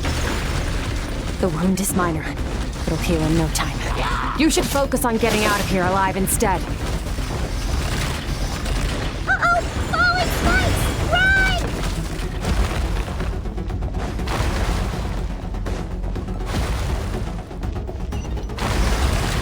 Go! Bombs away!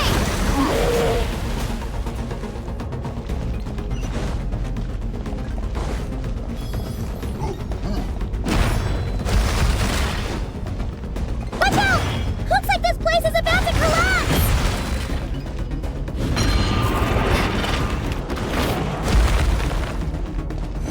So, this guy's power has something to do with the all-devouring narwhal. Did you know that all along, Skirk?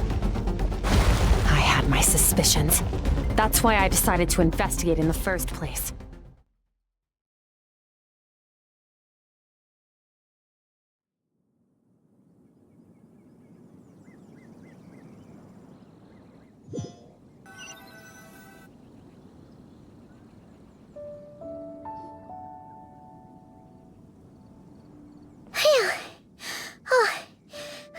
safe here, right? I no longer sense his presence. Can't have followed us out of that abyssal domain. Weaklings like him will find that my power is not so easily controlled. He won't be leaving that place until he's managed to digest it. A baleia devoradora, com o poder dela, ele até conseguiu roubar de você. You seem surprised. I suppose that's fair. You've seen but a fraction of what that whale is capable of. That gaping maw could swallow a planet whole. It's called the all-devouring narwhal for a reason. Devouring is what it does best. It can extract power from anything, dead or alive, as long as it manages to make physical contact. Yeah. When we had our run-in with that thing, Neverlet mentioned that it has an instinct to devour. Your dragon friend recognized the nature of its abilities and used the power of Hydro to protect you. That worked because it was in a satiated state, so it was somewhat less aggressive than usual. It's a different story when it has no more power to feed off of. That's when its true voracious nature kicks in. It could devour everything on the planet in that state, which is why I cast it into that void space. But I hadn't counted on there being anyone left on this planet capable of wielding its power.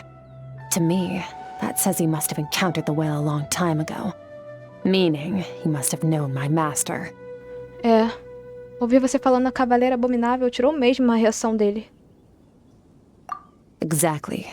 It told me everything I needed to know. Hence why I said we both got what we came for. And I believe that brings our transaction to an end. Now that you're whole again, you can get back to your own journey. I'll handle the rest of this situation myself. No way! We can't leave now! Something was stolen from you because of us! We have to help you get it back! This isn't my first taste of failure or losing power. When you fall, you get back up again and become stronger. That's how it is. But what if that monster finds you before you're all better? Plus, how are you gonna get home? It's not like you can just go swoosh and open a door to the abyss again. Not without your full strength.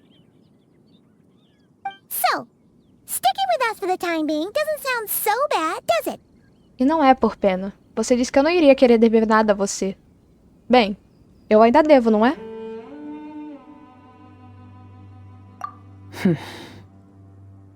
Fair enough. Then take this. What is it? A bag of Mora. Nothing in this world is free. I know that much. I'll leave the planning to you. Hurry up and decide where to go. We shouldn't linger. We should take Skirk somewhere she can rest. But where? Paimon gets the feeling Skirk wouldn't like being around a lot of people. Oh wait! Baiju said we could rest in the back room of the pharmacy, didn't he? Let's head there!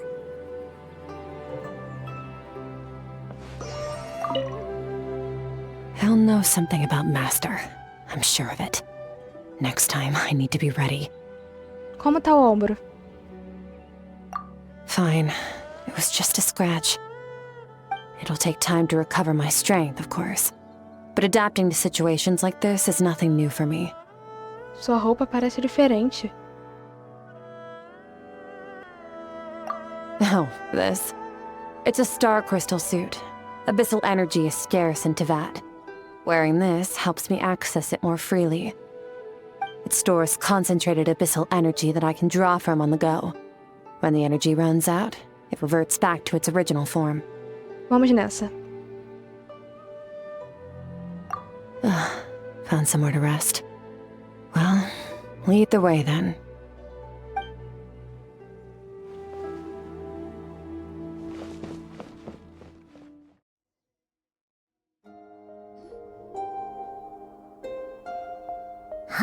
This bag from Skirk has a ton of Mora in it.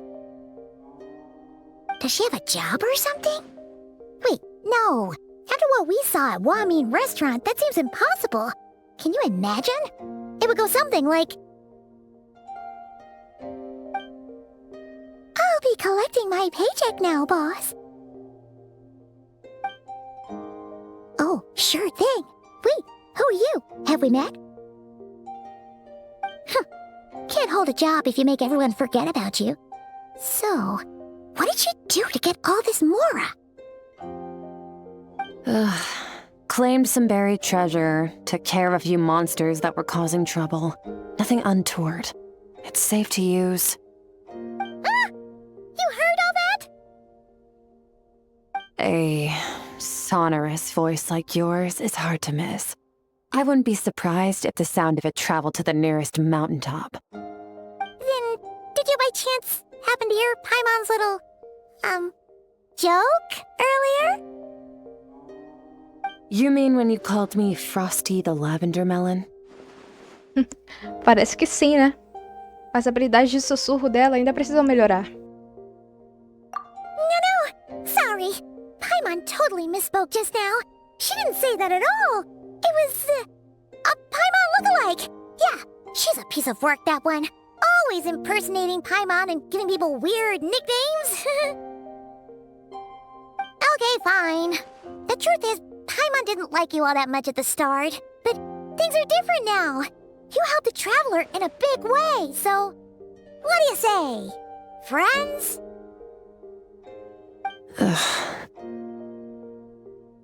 I noticed there was only one bed. Go ahead and get some rest. Wait, what about you?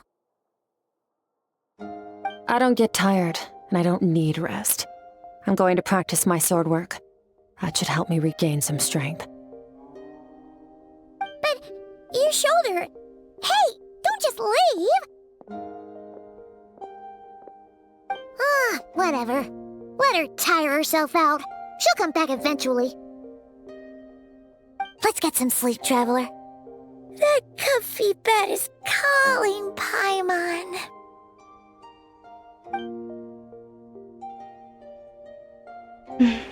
Skirk é tão teimosa. Mesmo se eu tentasse convencê-la a pegar leve, duvido que ela fosse me escutar.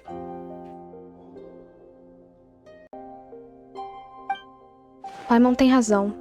Skirk vai parar e descansar quando ficar cansada. Eu espero.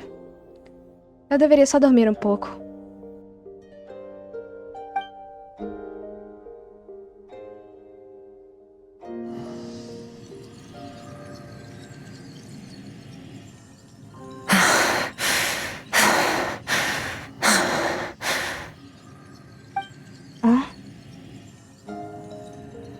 Skirk? Mas é claro que ela tá treinando como se não tivesse sido apunhalada no ombro. Mas tem alguma coisa errada com ela.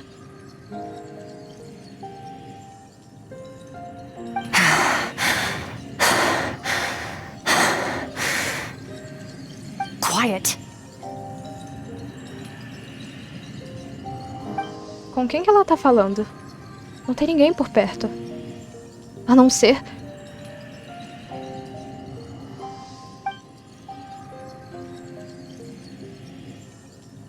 Do you even remember how many of us perished in that fire? How many bodies were left to rot on the scorched earth? Yet you alone live on. Keep your gaze fixed on your blade. You don't deserve to rest. Run, Skirk. Run! Only death awaits us here. Keep running, and don't ever look back. Certo. Naquele sonho que eu vi, Skirk estava treinando sozinha, mas tinha vozes falando com ela.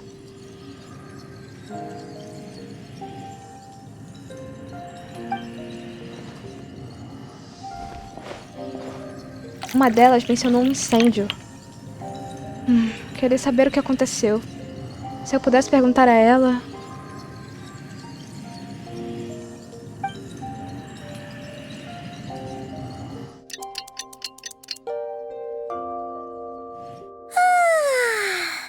Getting an early night's sleep is the best.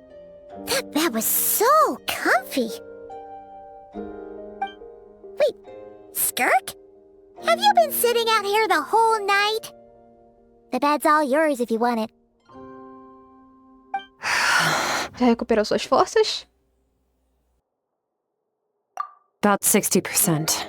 Maybe 70. Whew! Paimon thought it would take at least a couple of days. That was fast. No, not fast enough. That's 20% less than last time. Same training regimen, same intensity. Nothing felt different, but somehow the outcome fell short. Talvez seja por causa daquele espinho que ele te acertou? No, I think the problem's with me. I need to meditate for the next 2 days. Deep introspection should help me find the issue. Ooh, sounds intense. We'll watch over you in the meantime, then. Thanks. See you in 2 days.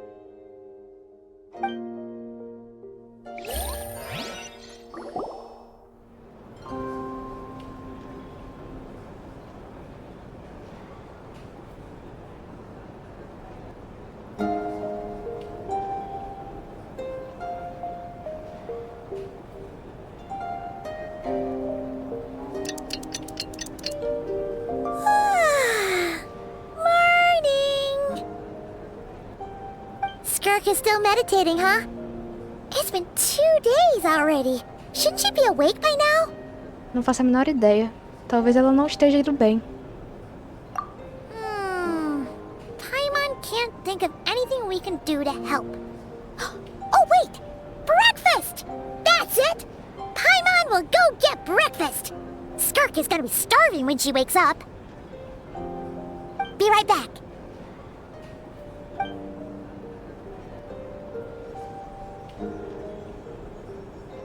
Skirk parece tão serena, quase como se estivesse realmente dormindo.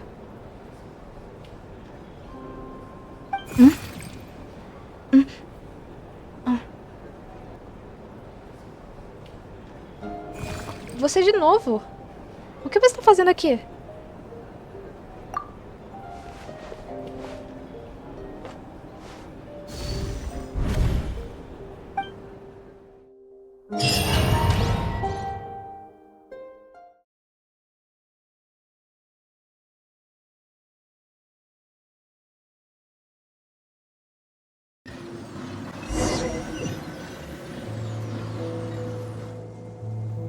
Esse lugar parece familiar, mas onde eu estou exatamente... Tem penhascos altos, árvores murchas e um rio estranho correndo do horizonte até aqui. Mas está partido várias vezes pelo caminho, com uma cachoeira em cada divisão. Olhando mais de perto, a cor da água parece estar mudando. Quanto mais perto eu chego da parte mais baixa, mais escuro fica. Quase como se... Você me trouxe aqui? Então isso deve significar que... That's right. This is Skirk's inner world. Think of it as the threshold between the soul and dreams.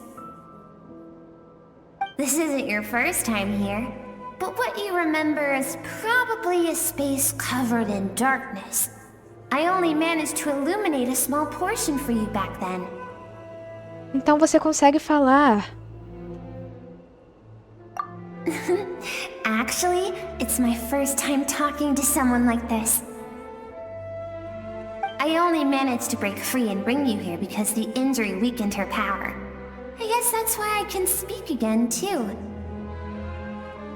Call it fate, if you want. I think that's the word they use in this world for lucky coincidences like this, right? Now, before I take you to her, I gotta ask. You're the first outside visitor to ever come here, so what's your impression of this place? O que é aquele rio? E por que tem tantos penhascos e cachoeiras? Oh, you noticed. This river represents Skirk's strength. Strength accumulates over time. It is the summation of a person's lived experience. So this river is where all the fragments of Skirk's life should converge into a single stream of memories and emotions, flowing forward as one. But, as you can see, this river has been severed numerous times. It's because Skirk doesn't like who she was in the past. When all she sees reflected in the river is a disgraceful shadow of who she was, she cuts through water and rock with the sword of reason, severs her connection with the past, and begins anew. Espera. Isso me lembra de uma coisa. You must learn to shut out all the pointless emotion. Crush the self that makes you weak. And become master over your physical form. This isn't my first taste of failure or losing power. When you fall, you get back up again and become stronger. That's how it is. Entendo. Então foi Surtalode quem ensinou Skirk a substituir toda a emoção por razão. Desde então, é um constante processo de abandono, refuta e apagamento do próprio passado. Acho que esse é o segredo da força dela. Mas é tão triste pensar nisso. O que ela passou? E por que tem que ser assim? The answer to one mystery invites another question, I see. Let's follow the river upstream. There among the cliffs, among the memories etched into her heart, lies the truth of it all. Soon, you'll understand everything.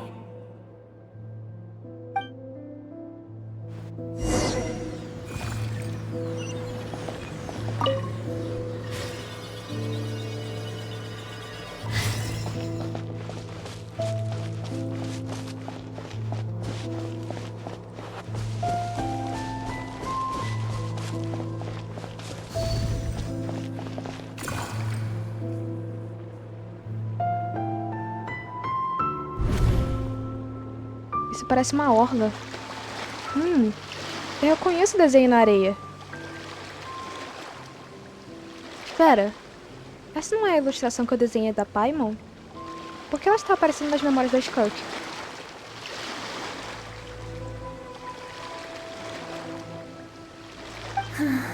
I've always thought that, even when falling leaves don't come from the same tree, they can still form bonds of kinship when they meet. Like meteors, you both made a journey through the stars. Both travelers who have landed on a planet that is not your home. Yet, when she first noticed your presence, although she hesitated for a moment, she still chose to walk away, indifferent as ever. Por quê? Pensando nisso, não é surpresa. Após o que houve no restaurante Woman, é óbvio que ela prefere desaparecer das vidas das pessoas. Ela também não vê o Child há anos. Duvido que ela tenha formado uma conexão com este mundo por escolha própria. O que eu estou vendo agora é um microcosmo da vida inteira dela.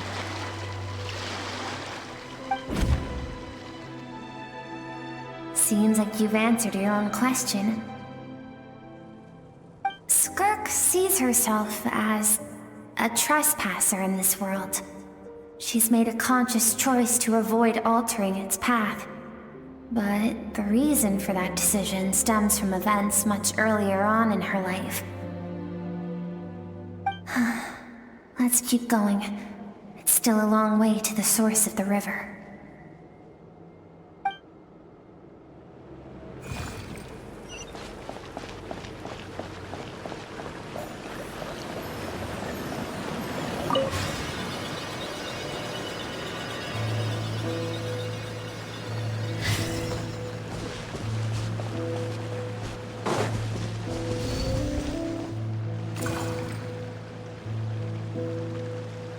You now have what it takes to wield immense power. From this day forth, I shall teach you no more. No one can become a worthy warrior through imitation alone. I have given you fangs and claws. Now, you must learn to hunt. You wish me to travel the world beyond on my own, Master? Indeed. Make new friends. Embark on your own journey. and piece together a new future from the shattered remnants of your past. We will still have contact through the abyss. But know this. One day, I will take the life you worked so hard to rebuild and reduce it to ashes. Just like the fire that haunts your mind. Why do you do that? I have told you before, fear is the catalyst for human evolution. You have tasted loss. You have known fear, so deep it can be felt in the bones. But as living beings, we all have an instinct to detach from that which harms us. And thus pain dampens over time, and the acrid taste of fear becomes but a distant memory. Yet now, I have bestowed upon you the gift of fear eternal. It will drown you in the nightmare of your childhood, or it shall drive you to defeat me, whatever the cost. Aquela figura próxima a Skirk parece familiar. Oh, verdade! Eu vi a mesma figura durante a batalha contra a baleia devoradora. That is what Skirk's master, the foul Sertology, looked like at one point in time. Em algum momento do tempo? Então ele pode mudar de forma? Of course. As a higher being, physical form is a triviality to him. He could appear as a beast, a human, or even a monster that defies description. The form you see him in here, clad in abyssal armor, is the one he usually wears when traveling through the stars. Eu pensava que Sertology e Skirk eram apenas mestre e discípula, como Skirk e Child. Agora eu entendo o motivo de Skirk escolher se distanciar da humanidade. Sertology disse para ela formar raízes aqui, enquanto ameaçava destruir qualquer vida que ela conseguisse criar.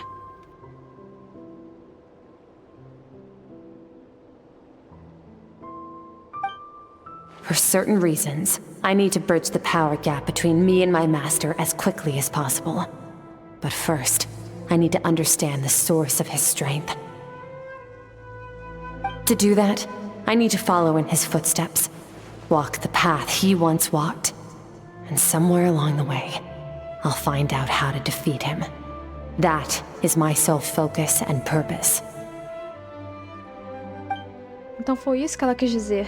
Mas eu ainda não entendo por que Sertology faria isso. Pelo que ele disse, eu não percebi um conflito entre eles. I'll let you in on a little secret. The real Sertology is terrifying. The scope of his power is impossible to understand until you experience it firsthand. It is absolute. The power to crush all things. Shall we keep going? Let's see. We're about halfway there.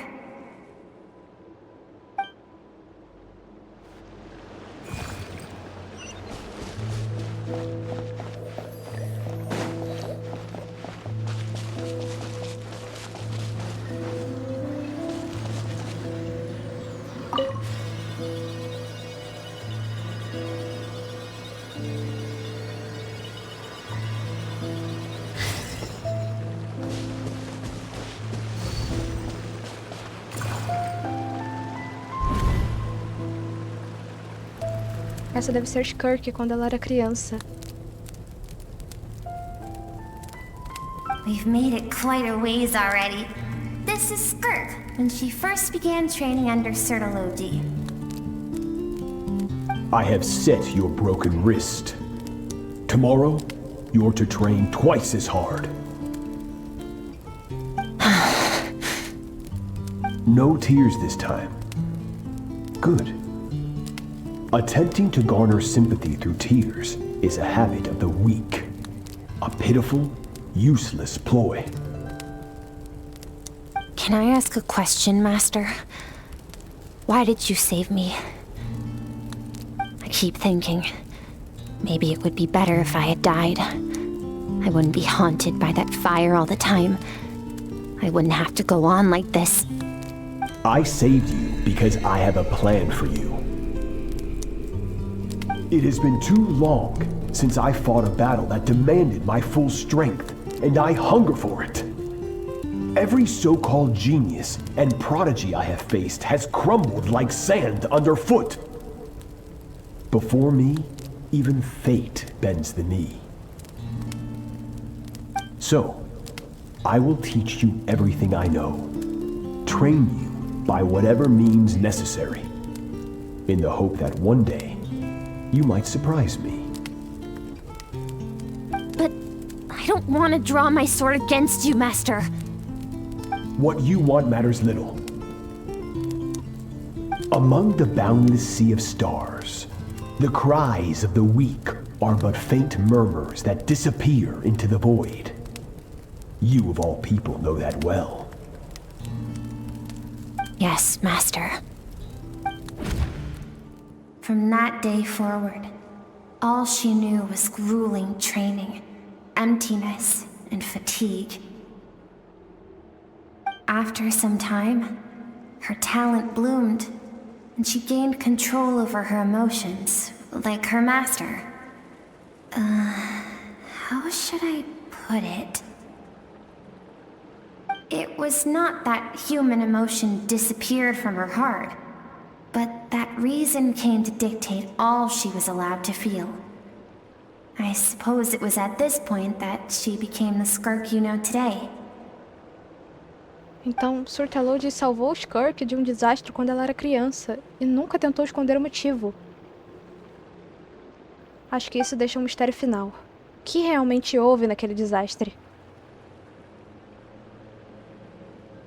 As palavras finais de Surtalode para Skirk foram frias e cruéis, mas a reação de Skirk fez parecer que era uma verdade que ela conhecia muito bem.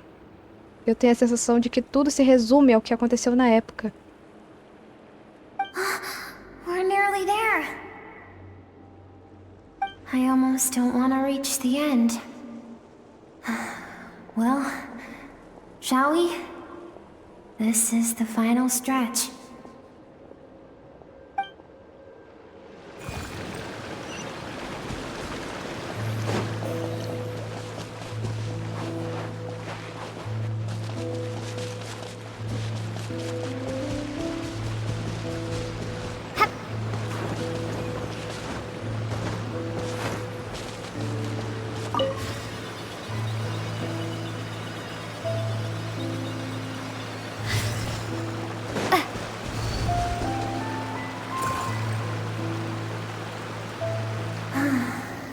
These are Skirk's happiest memories. What a simple and carefree time it was. Wisps of clouds dotted the sky. The sun bathed everything in golden light. And when song filled the air, not even the shyest of flowers could resist swaying along. This is Skirk's homeland. She was so curious about everything as a child. Always skipping school to go exploring instead. There was so much to discover. The treasures at the bottom of the sea. The secrets beyond the stars. And that merchant ship packed with adults wearing those strange clothes. Yes, the ship. That was the beginning of the end. It was a spaceship. When it arrived, the people that disembarked wore smiles on their faces and spoke of friendship. They claimed to be merchants from a neighboring planet, looking to establish trade. Skirk's parents, her relatives, her neighbors, everyone welcomed the newcomers with open arms and allowed them to explore the planet. To them, the visitors were guests and should be treated with hospitality. No one had any idea of what was to come.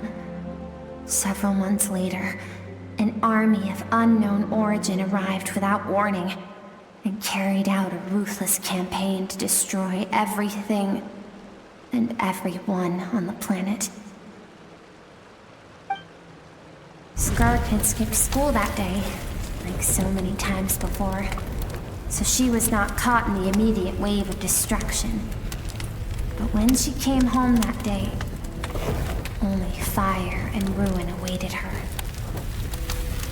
Countless people cried out to her for help. People she knew and loved. Friends and relatives. The little girl who lived next door. The shop owner with the bad leg. The bad-tempered teacher she had made fun of just that morning. Their lives were discarded like worthless trash as the fire consumed one life after another. Skirk was helpless. All she could do was run. And so she did. She kept running until an unexpected figure crossed her path. If Sertology hadn't been there in that moment, the fire would have claimed her life too. And there she would have remained, left to rot in the scorched earth, with no answer as to why any of this was happening. Então, por que aquelas pessoas destruíram a terra dela?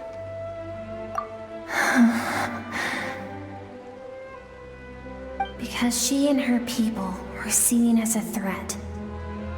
Uma ameaça? Eles fizeram alguma coisa ruim? As the initial merchant ship explored the planet, they discovered that it hadn't always had the condition to support life. Yet there was evidence of human activity, even during the periods of extreme heat or cold in the past. Further research revealed that, over time, the people of this planet had evolved the ability to adapt to any type of environment or energy source. For that reason, the outsiders viewed them as a potential threat and decided to eliminate them before the threat could rear its head. And so, the army was called, and the so-called danger was wiped from the face of the planet. Só por causa de uma especulação? Toda aquela gente inocente. Senseless, isn't it? Deemed a threat because of a gift they didn't even know they had. Perhaps it was their own innocence and kindness that doomed them. But in the end, that was lost to the blaze as well. If those with power get to decide good and evil, then all you can trust in is the sword in your hand. And so, before death could claim her, she ran. She ran and never stopped. Agora eu entendo porque a ameaça de Sertology é tão aterrorizante para ela. E agora também entendo o motivo dela se distanciar do mundo. No one wants to relive their most painful moments. Well, that brings us to the end of the story. This is as far as we can go. Skirk is waiting over there. For both of us. Let's go to her. It's time to fulfill my purpose. And my greatest wish over all these years.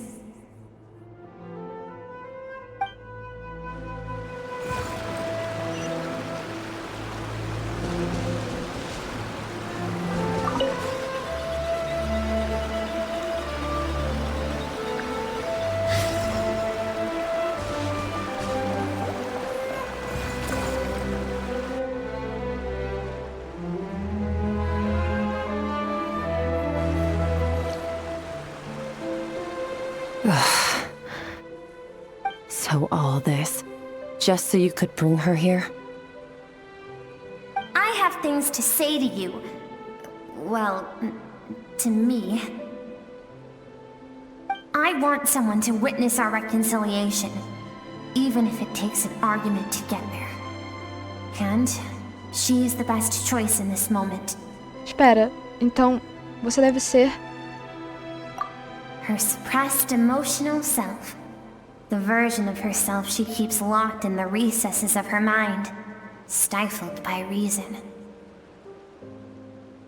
All those rejected impulses, those discarded aspects of your past selves, they are a part of me now. I am who you used to be. Someone you have refused to face for too long. So, I came to face you instead. You're wrong. I've faced you all along. And that's exactly why I keep you locked here. Your existence makes me weak. Moments of joy and longing are when we are most vulnerable.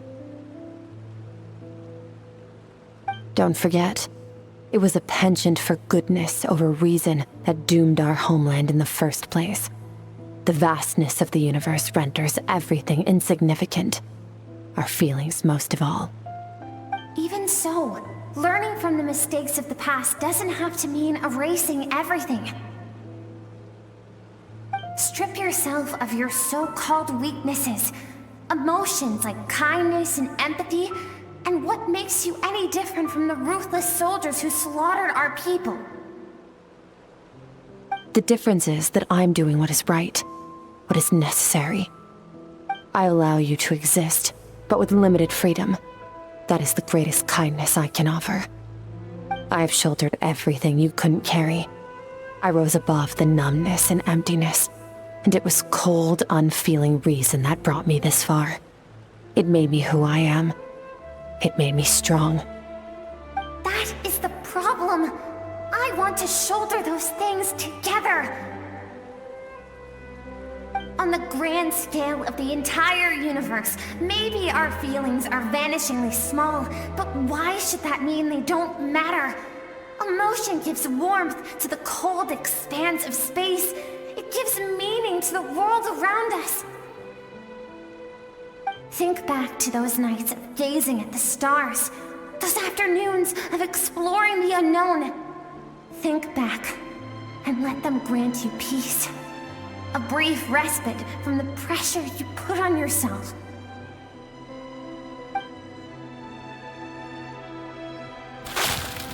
That isn't what we need. It's exactly what we need. Aren't you curious about why recovering your strength has taken longer than normal this time? Finally, you get to the important part. That is the only answer I came here to find. Then look around. Look at your inner world. You cast aside your dreams and curiosity, and in doing so, you lost your original motivation. You severed all connection to who you used to be, so you can no longer draw strength from your past. Now, the only things driving you forward are fear and survivor's guilt. But these cannot take you far enough. And so, this river, the source of your strength, grows more polluted by the day. And you think that means I should seek help from a weak little thing like you? Seus sentimentos não são fracos, Skirk.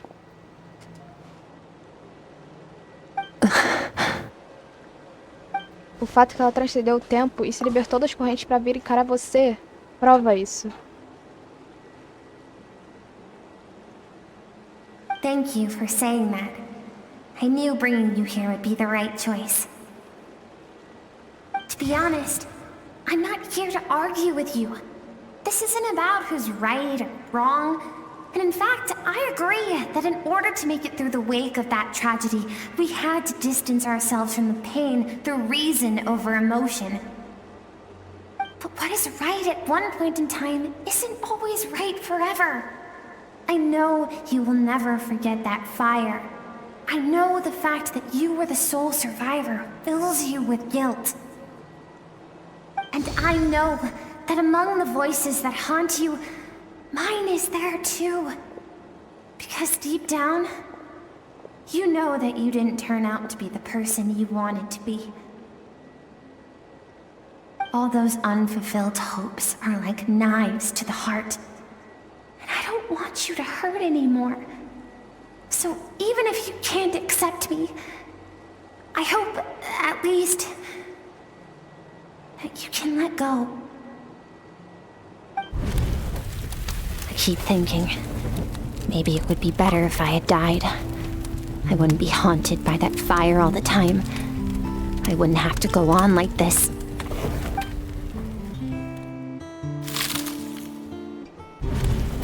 Your dad and I, we're not afraid to stare death in the face, but we need you to survive.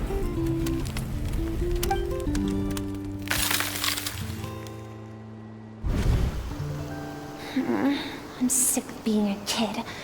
There's so many amazing things out there, and I'm ready to see them all.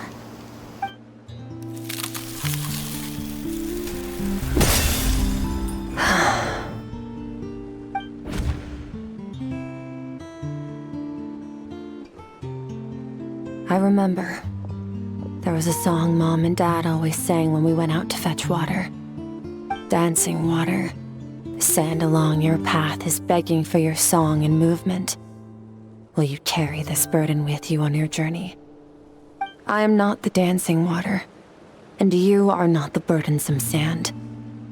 But if this is your wish, then I will carry you with me until the end.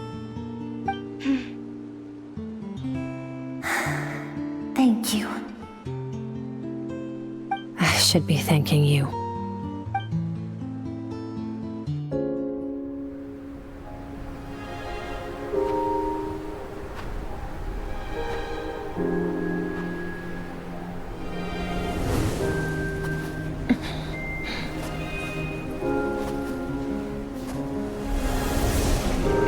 Run, Skirk, run!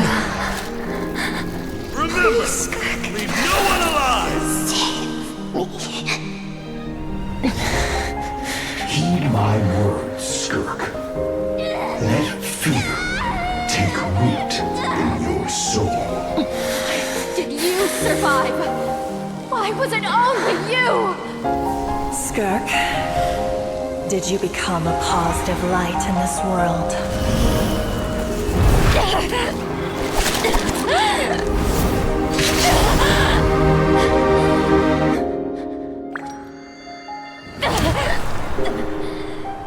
Hey, this doesn't have to be the end.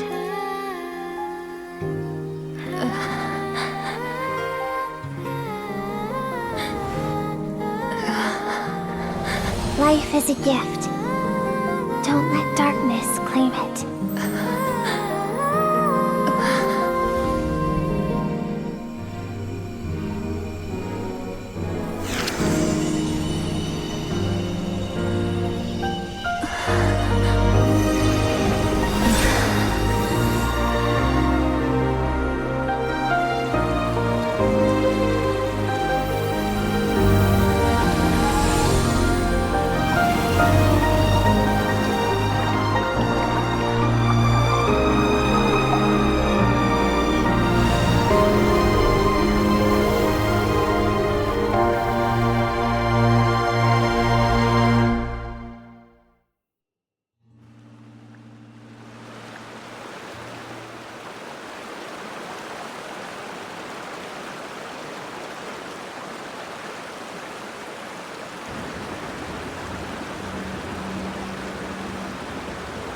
So, you saw my memories then. I once asked my master if survival of the strongest was the law of the universe. He said no, but in a world without order, those with no moral boundaries tend to be the ones who survive. Isso não é força de vontade. Poder não substitui fazer o que é certo. That's why, after hearing his answer, an idea came to mind. An idea that, one day, I would create a new world order. One in which there would never be another tragedy like that fire. One in which power was not the law of the land. But that means I must defeat him. Because my master, Sir Logi, is, at the core, a defier of all rules and order. Parece que você vai ter um trabalhão daqueles. Yes, and not just because of the gap in our abilities, but also because I have no reason to see him as an enemy. Although his decision to train me was not made out of kindness, he did everything a master should. He saved my life, taught me the sword and the principles of strength. And for that, I respect him. Mas ele pretende te enfrentar em uma batalha um dia. I know. And it's not something I want. But Master never goes back on his word. I have to treat everything he says as a promise. He's no longer into that, but he sends me messages through the abyss every now and then. Most of them are simple greetings, or an answer to one of my questions. Every time I hear from him, my heart skips a beat. And I wonder if this is the moment where he'll finally appear before me and tear down everything I've built to pieces. Maybe that means I do live in eternal fear, just like he said. Yes, I respect him, but I'm also afraid of him. And for that reason, the pursuit of strength consumes every moment of my life. I don't know what Master has planned, but I have to be ready. Se ele realmente te atacar um dia, eu ajudo você. Help me? Why? This isn't your fight. Porque se a gente quiser construir um mundo que nós duas queremos ver, todas têm que estar dispostas a lutar por ele. Se todos fizerem suas partes, podemos fazer do universo um lugar mais tranquilo.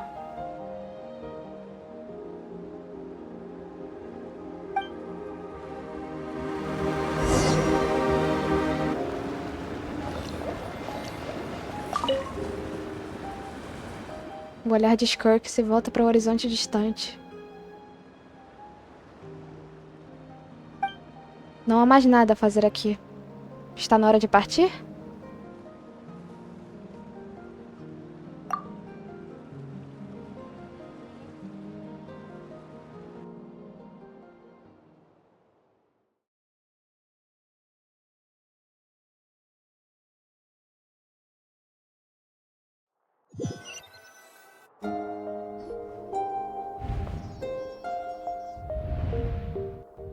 Oh, you're finally awake!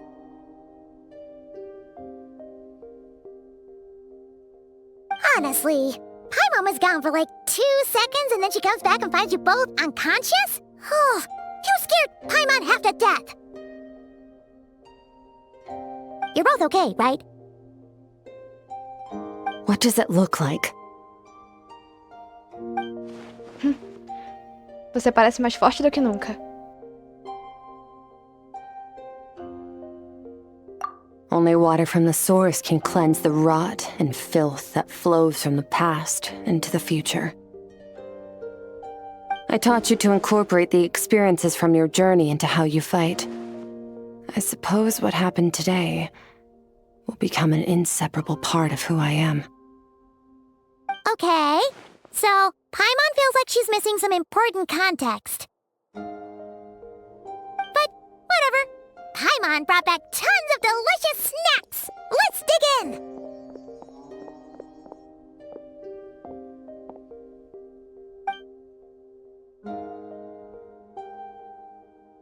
All right. It's about time we finished what we started. We're gonna deal with this thief for good, right? Vamos mostrar a ele como é que se faz. This time, I'm not going to tell you to hold back. But having digested even more power in the meantime, he's going to be tougher than before. The good news is, we have no reason to pull our punches this time. So, let's go. Same place as last time.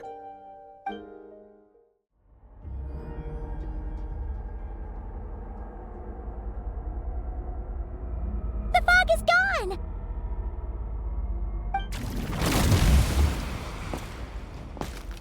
Wait, isn't that the form the all-devouring narwhal changed into?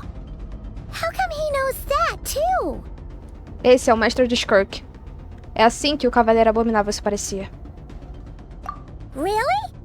So, you're telling Paimon that giant whale and this guy can both turn into the fowl? How does that work? It's a subconscious instinct. Any intelligent being who longs for his level of strength is bound to mimic his appearance. It's a natural response after encountering someone as powerful as Master. To them, he represents ultimate power. We know the person before us has encountered Master, and we know he stole a portion of my power. So it's not surprising that he would assume this form. Okay. Oh, the closer Paimon looks, the more intimidating it gets. Nervalette isn't here this time, so it's up to us. He won't have the nerve to steal again after we're done with him. Let's teach this guy a lesson.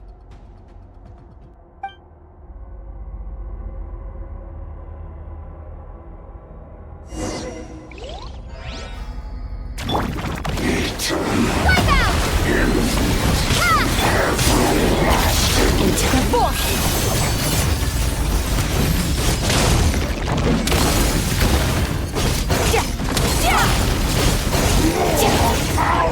Haven't forgotten your training, I hope.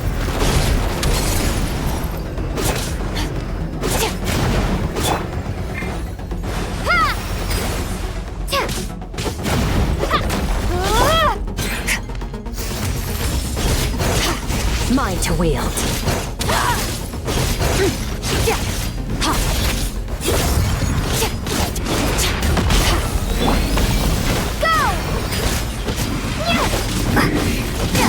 Water jet! Surge! Power.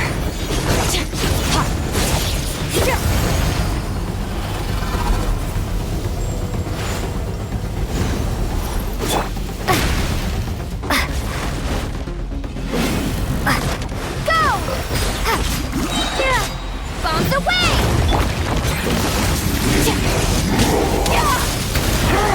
Mine to wield.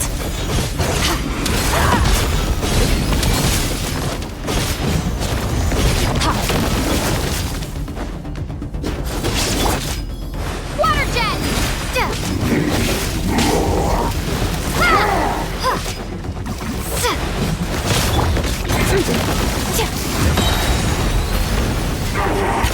Paradigm shift. Beyond this world. Go!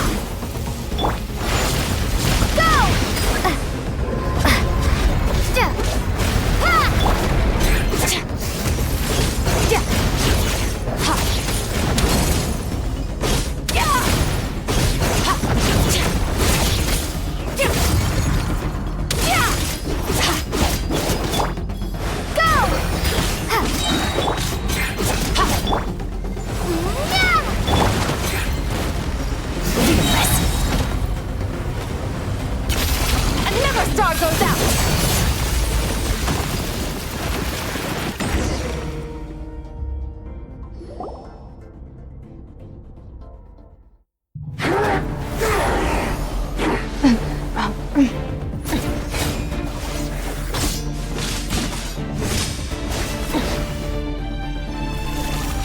Not again. Be careful.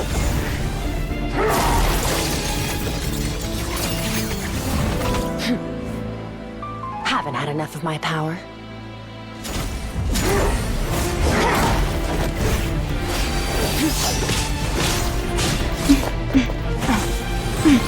Yeah.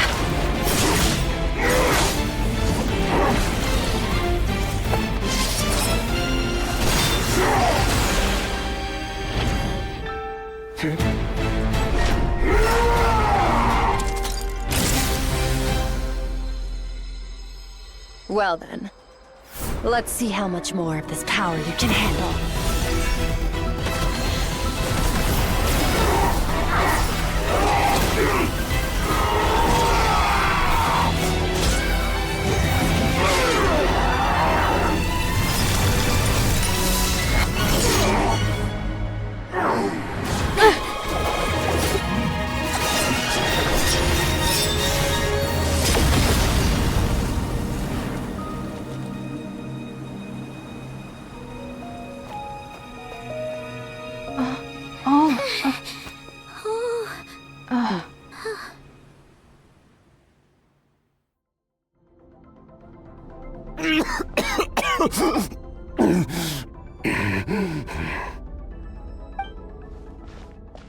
Well, have you come to your senses? You saw that my body was at its limit. So, you deliberately channeled your power into me, knowing that it would destroy my shell from within. Such power, such keen battle instincts. So you must be... Skirk, Sertologi's disciple. How long has it been? How long has he been away from Tevat? Hundreds of years. Hundreds? Sorry, it's a lot to take in. I should introduce myself. I am Skafnungar, a friend of your master and one of his followers. This is the first time I've heard your name, Skirk. But hundreds of years ago, I knew you existed. And I knew you would come here. Hundreds of years ago? Sounds like you and Master have quite the history. Care to tell us about it? Of course. Might as well take advantage of a clear head while I can. The story starts a long, long time ago. I was born into a noble family in Conria. As the eldest son, I was set to inherit our title. But I contracted an incurable illness as a child, and everyone gave up on me. I trained the sword harder than anyone else, defeated all of my peers. But it was all in vain. When other people looked at me, all I saw in their eyes was pity or a strange glee in my misfortune. Even my parents were just waiting for me to die. Over time, my heart hardened, and I became aimless. That was the point where I met your master, Sertologi. We were similar in age, but different in background. He was born in prison, the son of criminals who had been sentenced to death. He spent his childhood wandering the streets, facing more criticism than the literary works in the Universitas Magistrorum. Yet, he always wore a smile on his face, as if kindness and malice were one and the same, and he could not see the difference.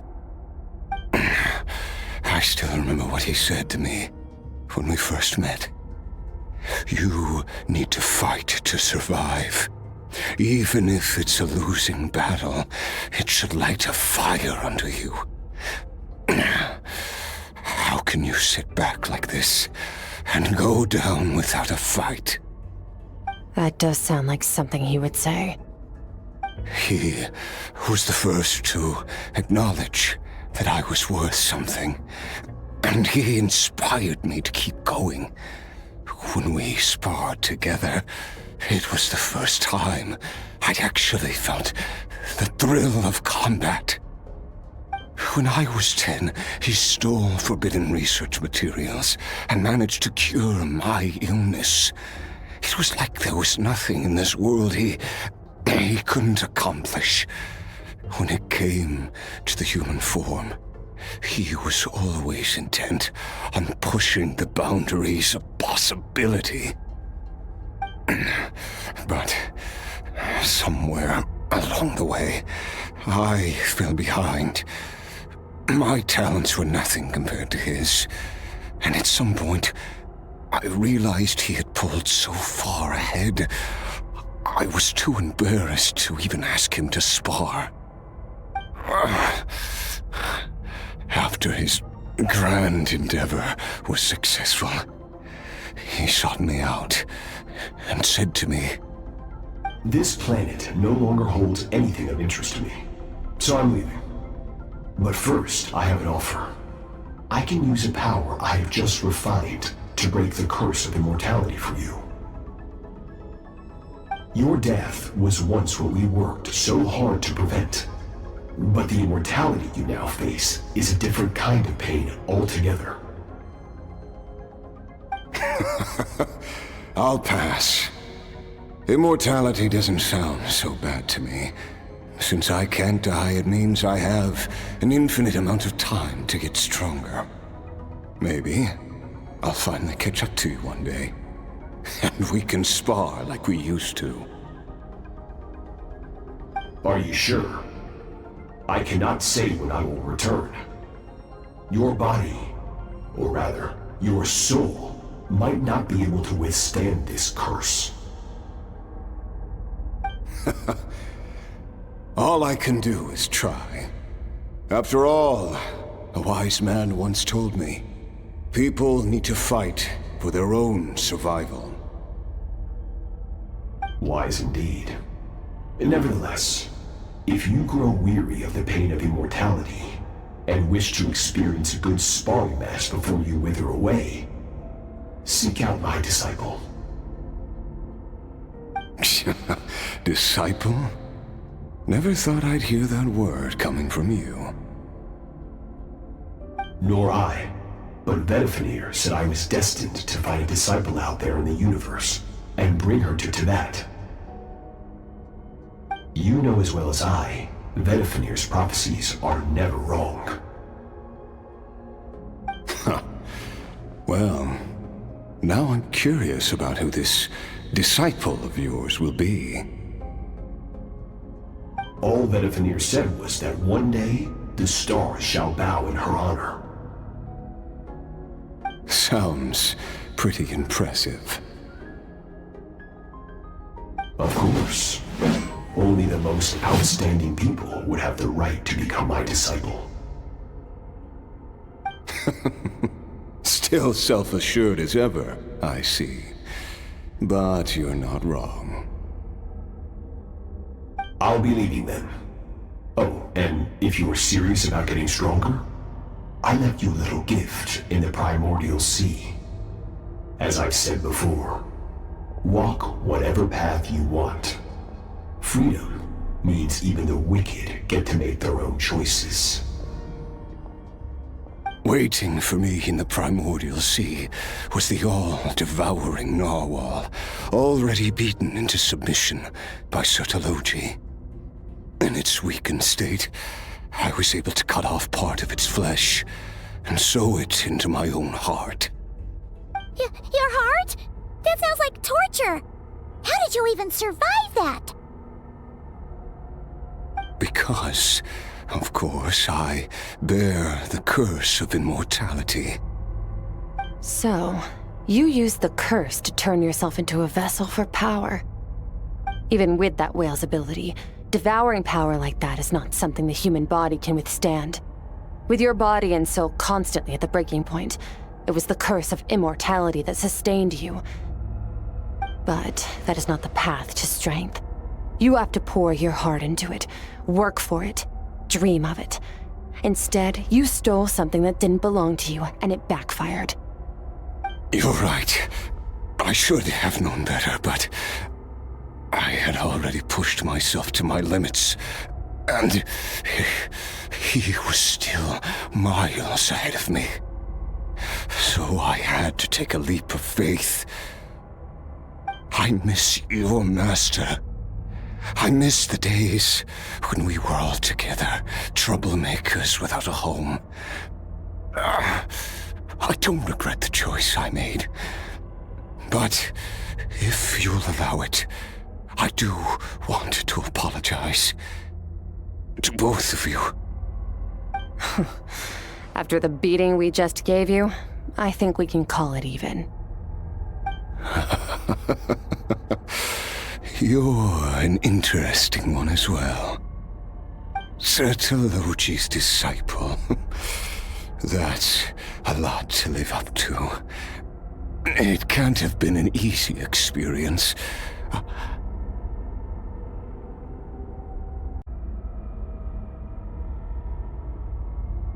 I know what he's like. He rules with an iron fist, using despair and fear to force you to catch up to him, all the while standing ever out of reach. We're like mountain climbers in the dark, never knowing how much higher we have to climb, or when we will see the sun again. True. But I made up my mind long ago. No matter how dark it gets, I will not give in to despair. I will overcome it. Besides, after hearing your story, I suspect what Master really wants is not a battle that demands his full strength, but rather a defeat without regrets. Oh?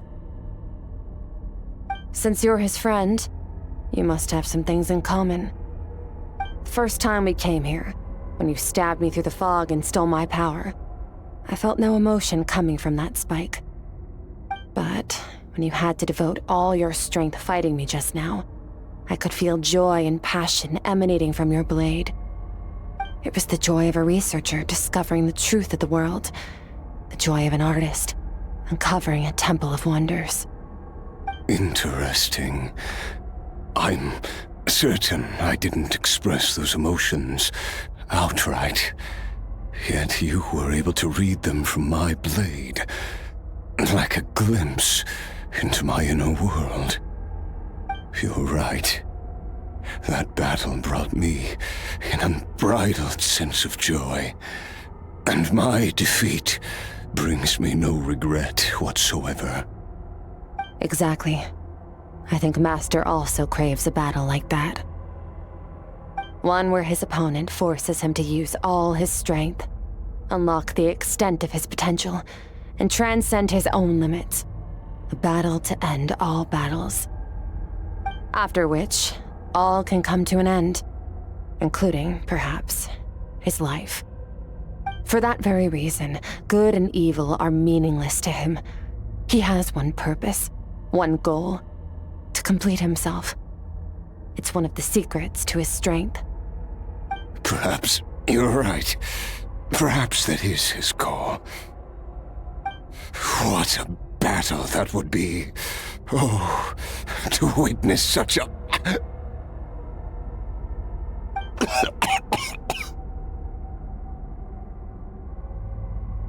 Are you okay? Too many different kinds of power are surging through my body. The curse of immortality allows it all to coexist, but it does not remove the pain.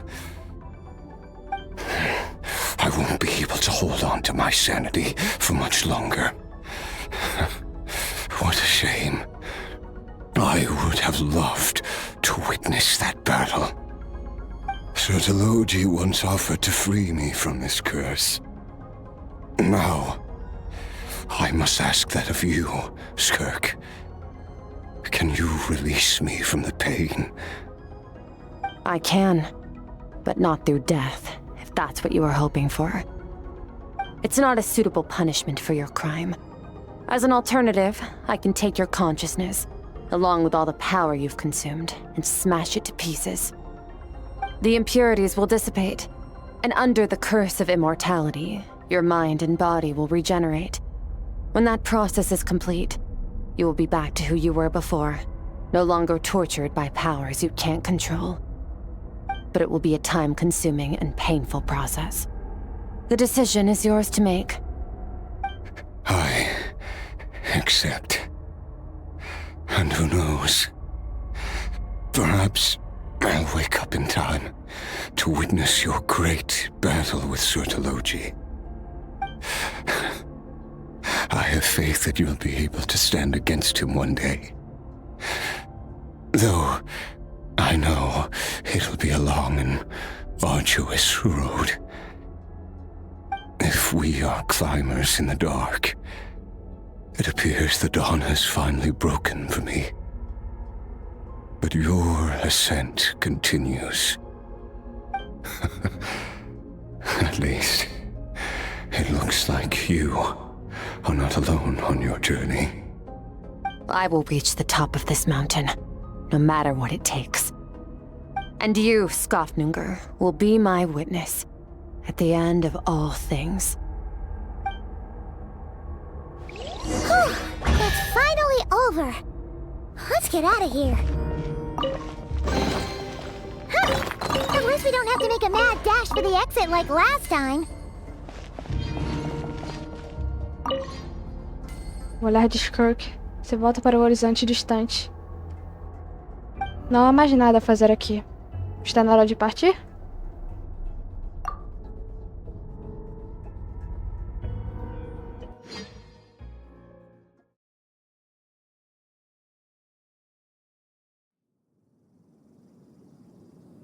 We did it!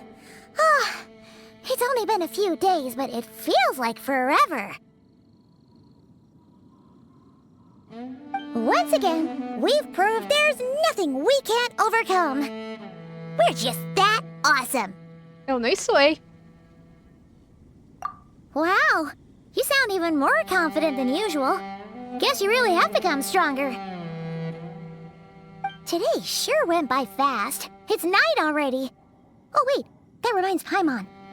The stars you mentioned, the ones that died out, are they back now? Yes. The power Skofnunger stole has been returned. So, the stars have regained their light. Great! Huh, it's crazy that you even noticed their light was gone. There are so many stars in the sky. If a few disappeared, Paimon definitely wouldn't be able to tell. I suppose it's because I have gazed upon this sky for centuries. The false stars, hanging in the meticulously planned sky, glittering with rotten light. It's not real. And yet, it is for that very reason that I can look upon it and enjoy the momentary peace it brings. É lindo. Eu concordo também. Queria ver como é lá em cima. Even the most beautiful of bubbles has to burst. We will return to the real universe one day, whether of our own volition or not. Time marches ever forward. Even the innocent and naive will taste life's bitterness. Yet through hardship, we grow, until we learn to seize the sands of time for ourselves and uncover our true strength. Though we gaze upon a false sky, its vastness and majesty is palpable. One can only wonder, what is it going to take for kindness to reign supreme in the vast expanse of the universe? Ugh, this is all going over Paimon's head. But if she knows one thing, it's that the traveler always finds a way. Ever since we met, she has filled Paimon's days with happiness. No matter how tough things get, she always finds a way to make it better. If it's too big a job for one person, then we'll do it with two. And if two's still not enough, then three. We've met so many amazing friends and accomplished so many amazing things. As long as we don't give up, we can make any wish come true. I suppose when it comes to you, anything is possible. Well, I should be going. Now that my power is no longer isolated from my emotions, I need more practice to get used to it. Quando nos veremos de novo? I suppose fate will decide. Maybe we'll bump into each other on the street. Or maybe we'll reunite on a different planet entirely. Regardless, reunions and partings are but passing moments. More than anything, I hope that, at the end of this journey, wherever it takes us, we stand in a world reborn. One without war, pain, or forced partings. One where new life can bloom, even where there was once nothing but scorched earth. For this, we must all work to become stronger. Claro, mestre. If that's what you want to call me, I won't object. Goodbye.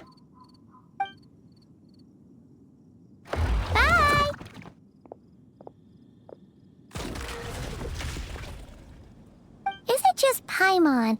Or is she being nicer than before? We definitely count as friends after all that, don't you think? Hey, what do you think about camping here tonight? There's nothing quite like sleeping under the stars. Come tomorrow, we can continue our journey. Oh, and since Paimon treated you to that super nice meal at Wanmin Restaurant, it's about time you returned the favor.